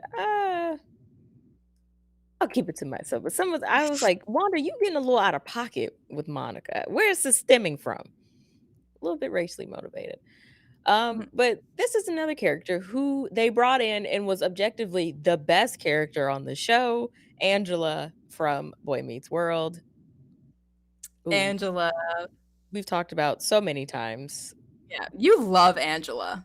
I do because okay, in going back and watching Boy Meets World as like an adult who can process things, Angela was the only one actually like using her fucking noggin when it came to any situation. Like when Topanga and Corey, the dumbest characters I've ever seen in my entire life, were trying to get married. Everybody else was talking about how like, oh, they should get married. They've known each other since the first grade. But Angela was the only one that was like, why do you have to get married? Why can't you just like be boyfriend and girlfriend? Why do you have to get married? She was the only one using logic. And she should have ended up with Sean in Girl Meets World. I still feel like whoever did the writing on that racist, and I heard the producer was iffy too. Um, they just should have done right by Angela. That's all. She's the only character that had any type of substance that makes sense. I remember one line she says because it was like the first time I heard someone finally say it. She just said at one point, "I need black friends," I'm and glad I was she's like, I honest don't with know if herself. a white person said that or she totally improvised that line, and they're just like, "Ha, that's funny. We should keep that." I absolutely think she improvised that. I absolutely there's no way in hell at that time a white person would have said that. Yeah, Because I think that's probably how Trina McGee, the yeah, actor who plays Angela, was feeling at the time. She was like, yeah. "Hey, we need black friends." I was like, Um, "Wow, she finally said it." I mean, we were all thinking it. but she said it out loud, so good for you, queen. Angela, she makes me sad because she had Sean, who like Sean loved her a lot, and it was very obvious that he did. But then they don't even have the like end up together, and they went through all of that. She was the only one of any type of substance, the only one that made sense.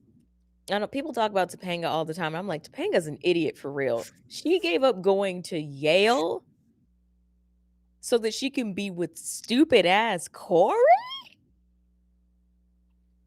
It's when they were really pushing the whole opposites attract thing in like media. You know, that left a lot of women to be just completely upset and unfulfilled in their relationships because they're just like, we're total opposites. He's everything I'm not. Bitch, that's not a good thing. That's not a good thing. It's nothing but red flags littered all over the floor, and Like, you're using them shits to decorate for your wedding. this is Sick. totally like off topic, but I have been dabbling in Love is Blind season 2. And one line that Natalie says in reference to Shane is that he's everything I'm not. And they were just having a conversation about like being financially stable. And he says like, I don't believe in like having a 401k or like owning a home. And he's just like, I spend all my money on food. $2,000 a month. $2,000 a month on food? Are you kidding me? And I'm Really just a like, fucking bitch, horse? like, bitch. Having a man to be everything you're not and everything that you're not is financially unstable is not a fucking good thing. That's a No, terrible thing. Don't aspire to that. that is an awful. Oh my gosh. Why would she do that? I genuinely don't know. I don't fucking know. I don't fucking know. I literally blame like millennial media pushing like opposites attract on like their generation for like years, all through their like pivotal like I don't know brain growing years. That opposites attract. You should have someone that balances you out, and by balancing you out, being like, if you are mature and financially unstable, you should date a man child. Like And Corey and Topanga are proof positive of that. exactly. They are proof That's the positive. kind of like media that the generation before us grew up on. Slash Yeah. us a little bit too. And like people still think like, oh, like I still see people saying like, oh, like Corey and Topanga were so sweet together. I'm like, do you remember the show? Because number one, for seasons, let's just call it seasons 1 to 4, Corey didn't give a shit about Topanga like that. Like she was Yeah. around, like they were in the same classes, but she cared about him a lot more than he cared about her. Not to Yeah. He thought mention, she was weird. he thought she was weird and like a brainiac. Not to mention, he cheated on her a couple The times. fateful what was it, the snow the Ski skiing trip. trip? He cheated on her with Linda Cardellini, and then, That was like, Linda Cardellini? I didn't know that. yes, that was Linda Cardellini he cheated with. So, and also that one episode where like Topanga notoriously had this long flowing hair, Oh yeah, and she cut her hair. cut her hair, and Corey freaks out, but it was like she cut it because I think she was trying to get his attention or something. And like, I think someone was worried about their own hair, and she was just like, to make a point, she was just like, see, I don't like have any connection to my hair. And she like cuts it like really awkwardly, and then she it's has to just go like, get it like cut super short. yeah. And then he starts to be attracted to her. Yeah. It just, from start to finish, that relation, everything, it's always Topanga giving up something for Corey, and Yeah. Corey doesn't give up shit. When it comes to, if Corey had to choose between Topanga and Sean, he'd He choose chooses Sean Sean. every single time. Because it was like a thing in the media at the time that to teach compromise. And compromise means that if you're a woman, you have to give up something so that you can keep your relationship. And that was like a really shitty lesson to be teaching girls. Because Corey never once compromised on anything, but Topanga gave everything up. Gave everything up, and then had her in the trenches, proposing at their high school graduation. I would be damned if I got on my knees, and I think she got on both knees too, which was very desperate, at her high school graduation to propose to this deadbeat ass boy. And then he runs away. He eventually comes back around. Now she's like dragging him down the aisle, and they're fucking married and freshmen in college when she got accepted to Yale. And he got pissed when she was gonna do something for herself. Not a happy relationship. Angela had to And sit through all of that. And they, like, tried to make Angela and Topanga friends when it was clear that they were not friends at all. They were just friends because their boyfriends were friends. Exactly. But you could tell Angela was, like, not with Topanga shit, which rightfully so. But Angela deserved better. Mhm. That's the whole point of what I'm trying to say here. Um, she deserves so much better than that chaotic group of Caucasians that she called friends. Yep. I'm spent. I'm spent. I'm ready to take a nap after, like, emotionally going through all of that. Yeah. Um, I don't know where to put her because she didn't get a ton of time, but when they did, it was good, but they also, like, it felt like they forgot that she was, like, a character and, like, a pretty important one too if she was with Sean. I feel like they forgot she existed. I think you can put her in A because that's like almost like the Ashley Banks issue. Yeah. She didn't get quite enough shine, but she was appreciated and loved. Angela, I'm so sorry you had to deal with all that bullshit. You didn't deserve it. You did not deserve it. Also, you didn't deserve the racism on set either. Mm-mm. Anyways, speaking of Ashley Banks, we have the other half of the Banks sisters, Hillary, Hillary. who just had nice outfits, beautiful gowns. That was it. Hillary was obviously the answer to Rashida Jones. Mhm. Um, if you have opinions on that, you have opinions on that. I have no opinions on that. At least not any that I would say now. I just I liked Ashley better. I did too. I and and did we like Ashley better because she was the darker skinned one? Who's to say? Who's to say? You're not gonna get those answers out of us, but Mm. it can be assumed. But yeah, I just like that Hillary liked cool outfits, and I think the show, that's all they did with her They outfit. definitely upgraded her character in Bel Air. Yeah, for sure, 'cause she's played by Coco Jones, right? But in Fresh Prince, this Hillary, none whatsoever. No development at all. None.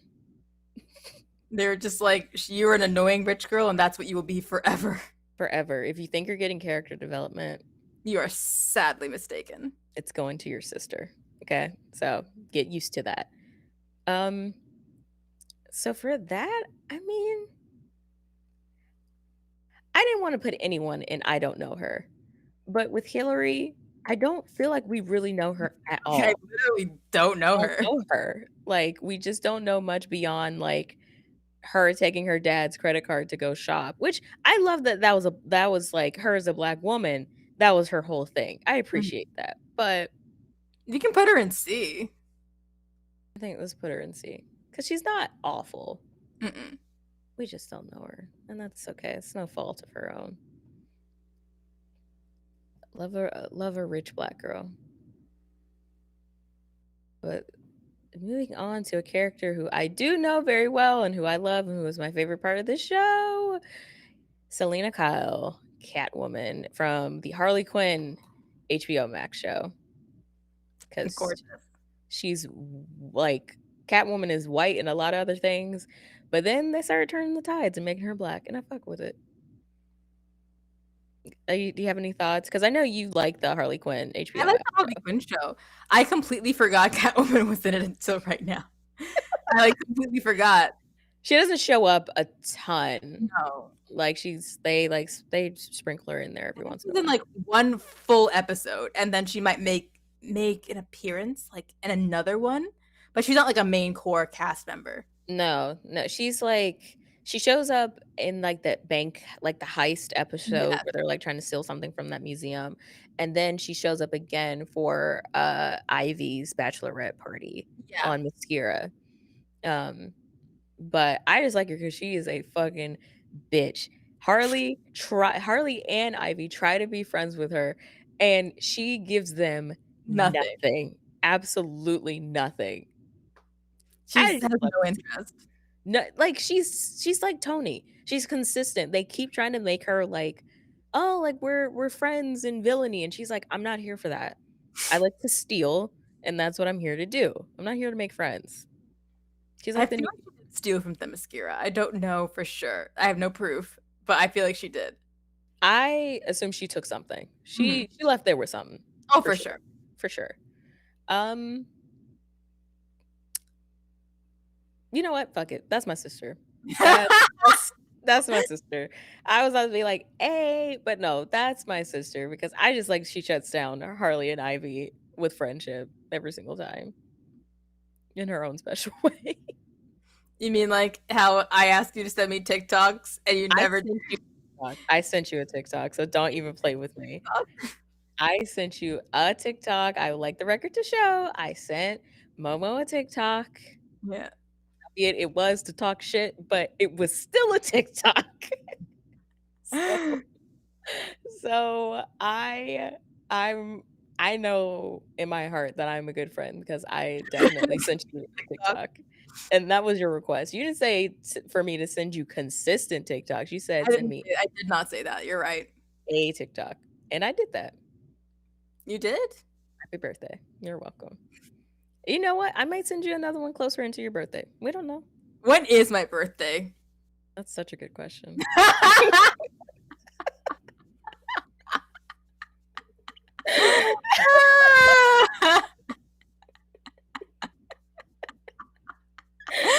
That's such a good question. I know it's in March. Um, okay. To be fair, it's Mhm. not that I'm being a bad friend because we were not doing this when your birthday like came around last year. I don't think we were. No, we didn't start doing this until September. Right. So you cannot fault me. It's not like we've celebrated a birthday on stream. We have not. You know my birthday because I mentioned it during a stream. So you Mhm. can't even say that you just straight up knew my birthday anyways. That's fair. Is it in the teens? It is in the teens. Is it March 16th? It is not March 16th. Is it March 13th? It is not. Is it an even number or an odd number? It is an odd number. Is it 17th? It is the 17th. I knew it. It's See? Patrick's Day. Oh, it's St. Patrick's Yeah. Day? Oh, that's convenient. I have the Fuck. same birthday as John Boyega, which is why I think we are meant to be together. Didn't you say he was like super duper like religious and so that's why you won't maybe end up together? Mm, Are you willing to change? no. No. I mean, if Well, he ever decides he wants to be secular, I'm here. I don't feel like that's gonna be changing I anytime don't soon. feel like it is either. But, But that's what fan fiction passing. is for. Ships passing. I'm not gonna write fan fiction about John Boyega. I think there's fan fiction out there. You don't have to write it, you can read it. It's Oh, weird because don't act like you're above fan fiction. of real people. Oh, that's where you draw the line? I just feel like it's weird. Okay, that's fair. That's fair. Yeah. Okay, so Selena Kyle is gonna go, and that's my sister for real. That's my sister for real. Moving on. Another Cleo! Oh my Discovery god! Kids classic. Cleo from Tuttenstein, which is an amazing show that only the Discovery Kids girlies have seen. So Yeah. If you're a Discovery Kids girly, love you. Love you love you. forever. Oh, that's wrong. Here you go. Yeah. I love Oh, Cleo. Cleo was so fun. I just like her hair. It's a very interesting design for like black female hair that I haven't seen. It's probably the most unique of this bunch because everyone else's hair is either in like a braid or a bun. But yeah, There. I don't, I don't I know love her. Like, I really want to name one of my kids Cleo. because of Cleo from Tenstein. No, because I relate the name Cleo. And Okay, also, she was a good person. she was a good person. She was always getting Tut's little snooty ass together, Mhm. and I appreciate that. That was I like such a bizarre show now that I think about it. really was. It's such a weird. I think they saved all the weird like kids show ideas for if they didn't go to Cartoon Network, if it was educational, it went to Discovery Kids. Oh, yeah, for sure.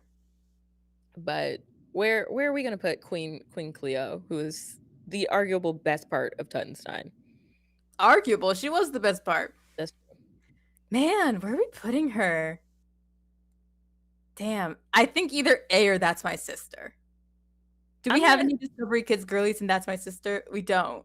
we don't, because the only other one. No, we do. Carol from Saddle You're Club. right. Okay. That was your girl for real. That's my Like, girl. That's my girl. I don't know if she's not Carol level for sure. no, she was just like appreciated. So I feel like A. Yeah. I think A is a good spot for her. That's where all the educational girlies go. We're like, and I think it's because Lisa, Jackie, and now Cleo. hey, it's a good spot. It's because they don't give the educational girlies all that much in the Attention. way of development. So we're trying. Next up, we have Penny Proud from the Proud family. We've talked about the Proud family before and how we have our own gripes with Yeah. the character. How do we feel about Penny specifically? I mean, I don't have any feelings towards Penny. I'm going to say something controversial yet brave. Penny Proud is the Joan of the Proud family. Penny Proud is That is not, so controversial. I don't feel like she's that great of a friend. I don't. I don't think any of them were good friends. Like, it was like something that they just insisted on doing in the 2000s, that if there was like a majority like female POC, mostly black friend group, they were all bad friends to each other. They just shouldn't have been.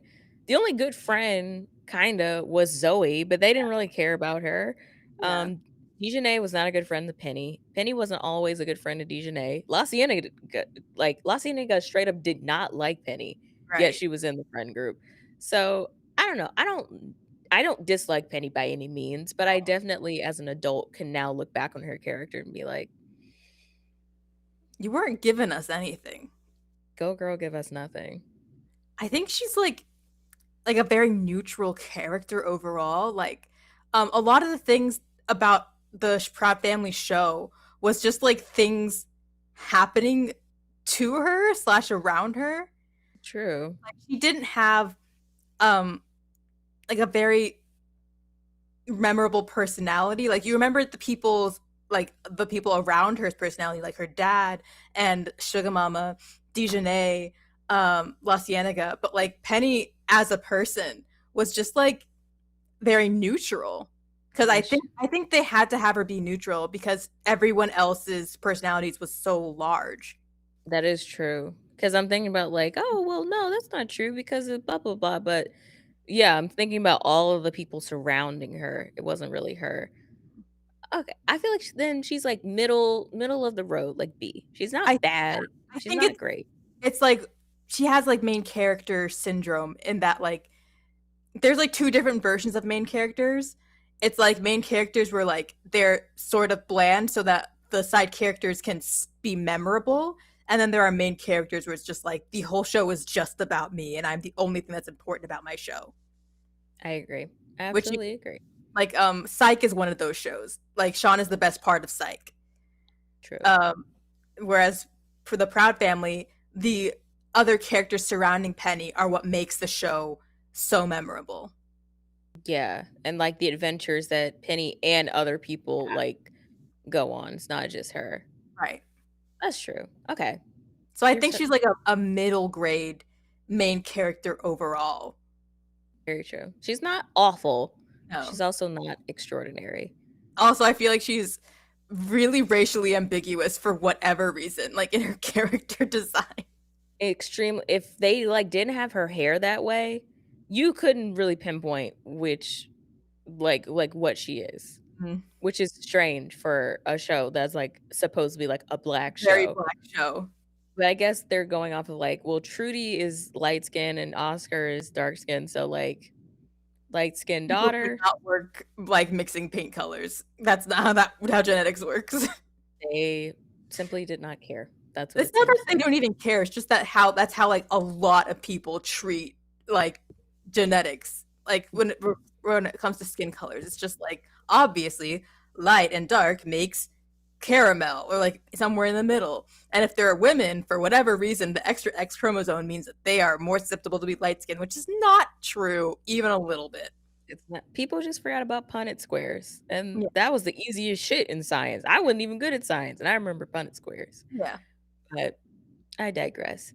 Next up, we have a character that we haven't talked about, but we've talked Oh about the my god. show, Trixie from American Dragon Jake Long. And you can see that she has her original character design because the new American Dragon Jake Long can go fall in a ditch. I hated the new look, You're gonna but hate me for this. I think Trixie's the only one that looked better with the new style. I will okay. I like the outfit that they gave her in the new one. I do agree. I do agree. Also, I think her facial she was the only one that the new style worked on. And really, to Yeah. be fair, the only one that looked like egregious to me was Jake Jake. in the new They Jake, made him so pointy. he was so pointy and he looked so much more dweeby, like, Yeah. but everybody else was fine. But I digress. Trixie, I liked her because she was like a tomboy, and I just the only thing I remember about her character is the one episode where she reveals that like I don't know if she's getting a makeover, but she reveals that she has like this closet full of really girly clothes that she just never Never touches. wears it. That's the only thing I remember about her character. But it was a really interesting racial makeup for their little friend group. It was just like obviously you had to have the white boy. I can't remember his name. Things started with an S. You had to have Trixie. This was like based in New York as well. True. But at least they gave like a racially diverse friend group for New York. They could have easily pulled like a like what is it? Basically Or every other show trans create. girls where Yeah. it's just a all white group, but it was like an Asian boy, black girl, white dude. Not bad. Not terrible, honestly. Not terrible. Do I remember anything else about Trixie? No, I don't. Either. Ooh, that's a tough one because I don't remember anything else about her, but I remember being like, "Oh my god, I get to be in this show." Like, what can the show do for me? And it was Trixie. I I think she's got like Monique syndrome in that. Like I agree. I she's agree. she's there. They didn't do a ton of developing with her, but she's there. Yeah, And that's good enough. It's I like, agree. B. "Hey, you're good enough, Trixie." And that's what matters. Also, I like that name. That's a very interesting name that they like gave her, which I wouldn't have See, expected. Trixie. I mean, we also had a Trixie in Fairly Odd Parents, Trixie Tang. Yeah, and she was Asian. I guess they just like spread the wealth with Trixie as a name. It wasn't tied to any one race. This is the one that I think might be your absolute favorite Oh my on god, this it's got to be list. Sparkle Cadet. It's Sparkle It's Cadet. Sparkle Cadet. Oh my god. So obviously, that's my sister for real, for real. Of course, of course. But expand on Sparkle Cadet. I know you So have so many feelings. Sparkle Cadet is a side character in Craig of the Creek. Great cartoon. But she is also like the very first sparkle magical girl I have literally ever seen in media that's like dark skinned black. And that means the world to me. Look at her outfit. It's so pink and bright colored and girly. It's obviously like inspired by Sailor Moon. Um if you have if you watched Craig at the Creek or know anything about it, I suggest you watch this interview by Jeff Trammell. He is the head writer of oh my god, Craig of the Creek. And he's black. He incorporates a lot of like anime influences into the show, and he talks about like how it is working in the writers room doing all that stuff because apparently all of the like writers are pretty big anime fans. They do like anime nights and such. If you watch the show, there's like quite a few references to it as well. This is just one of the many, and I appreciate this more than anything. Thank you everyone that writes on that show for giving me this black magical girl that I needed so badly when I was a kid. I'm not even gonna hold you. When I was trying to find a picture for Sparkle Cadet, I felt myself, and I don't use like I'm a Cancer moon, so I already cry a lot, but it Mhm. takes a lot for media to get me to cry, and I've felt myself, like, tears, like, kind of welling up in my eyes I because cried. I she's cried when this episode aired. I think I was overwhelmed by, like, she's pink and girly and fun, but she, like, looks like how I looked as a kid, um, and I think I just got, like I got a little bit emotional thinking about, like, oh, like, there Mhm. are Black girls, like, who are little now who don't have to worry about trying to find I themselves. Like, there they are right there. Oh my god, I'm not gonna cry. No, I'm yeah, just I'm not there gonna cry. I know. Because, like, if I had, like, a character like Sparkle Cadet, when I was a kid and I would, like, dress up in the girly things from, like for, like, Halloween and such, it was always just, like, I was wearing a costume, and it's like, "Oh, you don't look like the character that that character is supposed to be." Like, you can't dress like Tinker Bell because you're not white or blonde hair or anything. It just, like, never suited me. But then I Mhm. have characters like Sparkle Cadet now, it's just like, "Yeah, I'm Sparkle Cadet. What you gonna say about it?" It's like, try to say something I now. say something now, it's like, "Oh, you can't dress like Sailor Moon because she's not black." Like, I'm fucking Sparkle Cadet, get it right. I'm just, And characters like her, you need them. You I really do. need it so bad. And, like, there are people that have, like, the deeply held belief that, like, Craig of the Creek is inherently, like, a bad show because, like, the creators are white, but the main character is black, and Mhm. make the argument that, like, it's just white people benefiting off of, like, having black characters. But what is so funny to me is that if you genuinely think that the creators have entire creative control over their own projects and make every decision that we see on TV, you are sorely, sorely mistaken. You Because have even if no the idea how creator, TV works. yeah, knowing if the creators were black, they would still have to report to executives who are all white and still say yes or no. Exactly, and also, like, the creator I think when people think about creators, they think about people like your Sam Levinses who, like, refuse to share any, like, creative freedom, but on animated shows, it's a lot more of a labor of love and a lot more collaborative. Really, really collaborative, and I think a lot of the people that make content specifically saying, like, "This isn't a good show," don't understand how writers' room works because they're, like, basically a group project that, like, you're doing for a job. Like, everyone works collaboratively on this project, and at some point, episodes are, like, given to specific people to finish writing, but you all sit in a room and come up with what happens in the episode together.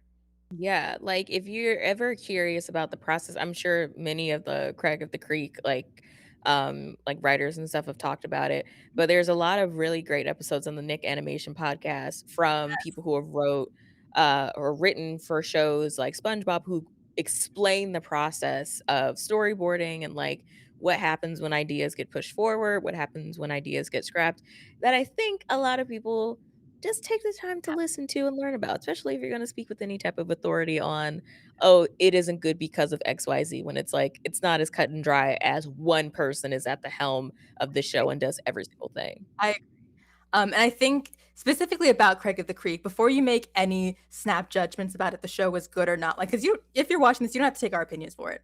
Mhm. Um, I would look up interviews by the people that actually work for the show and, like, write for the show, not just the creators, because the creators don't do everything. That would be way too big of a project.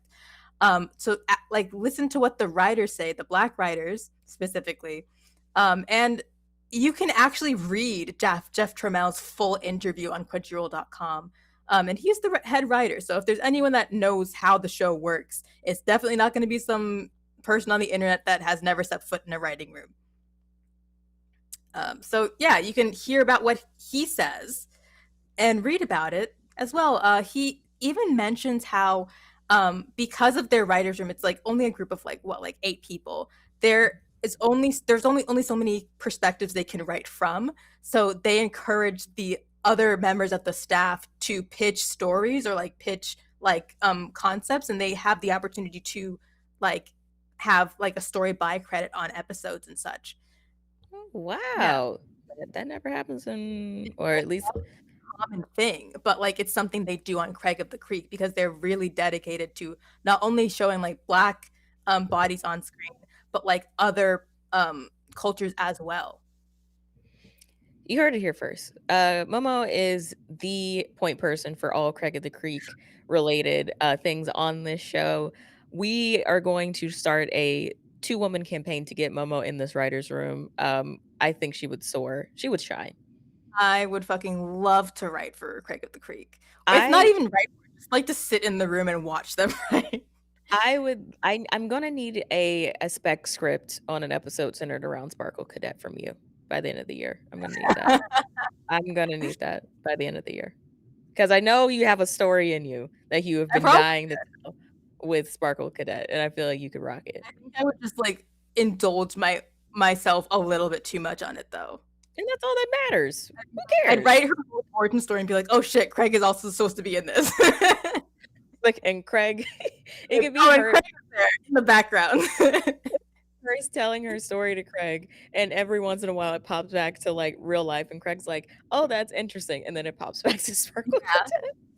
Like, I think what is even better about, like, her episode is that you get to see, like, her, like, Sparkle Cadet transformation like they do on Sailor Moon and, like, the Winx Club, and it's, like, going for her normal clothes into her Sparkle Cadet outfit, and I'm just like, "Oh my god." I cried like a baby. I know you did. Yeah. You're the magical girl. You love all things magical girl, I so I know that that character means a I ton won't to let you. anyone, like, disrespect the writers of that show because literally, if you really think you could ever be Black and work in TV, and even if you're just like a creator, if you're a creator or a writer and you don't think you are being exploited, are you kidding me? Like, this is fucking capitalism. No matter what job you do, you're going to be exploited. Absolutely. And like, that's not a good thing, but like, there's not a job you could do in like this industry that you won't be exploited from unless you are an executive. And you can't Exactly. get there by not doing anything in this industry. Mhm. The moral of the story here is Sparkle Cadet fucking rules, and also, if you're going to speak with any type of authority on how something like a television show works, maybe do your research first. A little bit of research. Also trying to get people to stop watching a show that like has like a majority like Black and POC writing team is a Feels wrong. super bad idea, especially if you want like the More things like more that. writers that are Black and POC. Like it just that like does not make sense to me. Make make sense. Well, to wrap up this beautiful ranking that we've done, we end with the OG of Black girls in cartoons. You know her, you love her, Susie Carmichael, Susie there Carmichael. the I mean, OG numbers in my book. exactly.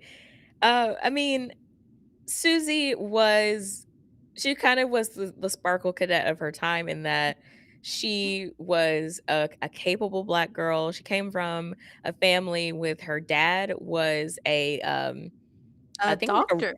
no, I think he was a writer on the Dummy Bears show, and Right. her mom was like a pediatrician, That's it. who ended up delivering Dee Dee's baby, Dill, so she's, like, in the family kind of. She has 2 or 3 she has 3 other siblings, she's the youngest. I straight up don't remember that. They added her, like, family later on. Oh, okay, okay, okay. They, like, they had the whole episode where her family moves in, and it's assumed that she has other siblings, but they don't explicitly say it. She has, like, an older sister, like, middle brother, and then a brother that is, like, a little bit older than her, and then her, so they have 4 kids. I did not know that. I thought she was an only child. I was like, "This is my little Black only child representation." Absolutely not, she has 3 other siblings, but in the beginning, they kind of treated her like an only child because the other 3 would never hang out with, like, the other babies, so it made Yeah. sense. Um, I don't know, I love Susie so much, I wish that she got more time, and I think she Mm, kinda did, like, they in the second half of the series, they gave her more to do when they started involving Kimmy more, yeah. um, and then All Grown Up, like, she's a pretty, like, main character. She's like a solid main character in All Grown Up. But I don't know what more there is to say about Susie Carmichael, voiced by, again, the The legend, Grease. Dee Cree Summers. So that's my sister for real. That's my That's sister for real. Okay. that's my sister. And that brings us to the end of the ranking Black women in TV. I'm proud of our lineup here. I'm proud of our lineup as well. I noticed how no one got into I don't know her because we specifically left off the people that would end up in I don't know her. Exactly. If and really the people who are like near the bottom, it's not because of the characters, it's because of how Writing choices, yeah. exactly. And that's not their fault. So this is our final look. This is everybody. Sparkle Cadet, I love you. Is that would you say Sparkle Cadet is your favorite on this list? You know what? I'd probably say that number 5 is probably my favorite, but like Sparkle Cadet means a lot to me that she even exists. That makes sense. That makes sense. It says a lot about me that my favorite is Miranda, Catwoman, and Donna. I loved everyone on this list, but those three, those are my sisters. My favorites, obviously Jessica. Love you, Jessica. Obviously Sparkle Cadet. Carol, number 5. I mean, what does that say about me? It just says that you're a person who's like very in tune with themselves, a little bit quiet, like likes horses, maybe a little bit anxious every once in a while. With the ones that I chose, you don't get anything else but bitch from them. And that's okay. I take the mantle of unfriendly black hottie to heart. And I'm gonna hold it with pride. I really do. Good on you. I mean, I just think I like bright colors. That's also fair. That's bright colors, pink, sparkles, and horses. That's my I mom. just I can't take my eyes off of Sparkle Cadet because I'm just like, you see that little dark skinned black girl in all pink? You see her? Oh my gosh, I love her. I'll send you the picture I use so you can just have it as your like phone background so Yeah. you can see it all the Like, time. I actually am LinkedIn friends with Jeff Trammell, so I'm gonna like message him and be like, "Hey, would you like to speak on Blerd Roundtable? This thing I do." I don't think he's gonna respond, but he has done like podcasts before. But so maybe I don't see why he wouldn't do it. I I'm don't a see large fan. I if he doesn't want to do Blurred, he can come on the Hi I'm Bobby podcast and Momo, you can be my special guest host and we can do it that way. We should. Either way, we'd love to have Yeah, you here we talking would about love to have you, Jeff Trammell, if you're seeing this for whatever reason. We are big fans here at Blerd Roundtable, and we would love to have you on. big old fans. Big old fans. So hit us up. You're LinkedIn friends with Momo. We can talk then. But that's it. That's the end of our show, and I guess like the only thing we have now is to like plug the "Hi, I'm Bobby" merch. That I'm wearing right now. Yeah, That'll be available probably next week sometime. But this is a hoodie that you can get, and it said, okay, you can't see that. It says, you'll see it. You'll see it in the official announcement. t-shirts you can hold up.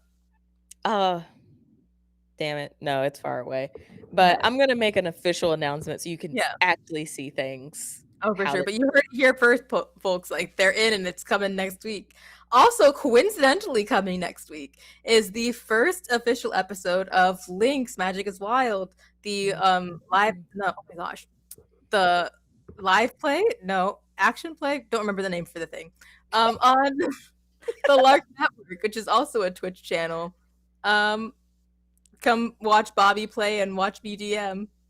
It's It's gonna be a fun time. Well, it's when you're seeing it, that will have already happened to us yeah, weeks ago, but it's fun. yeah. It's actual play. That's the word. Okay, I got it. But yeah, that's our show. Thank you so much for tuning in. We'll see you here next week for a game night. Another game night. Woohoo. Bye. Thanks for Bye. coming.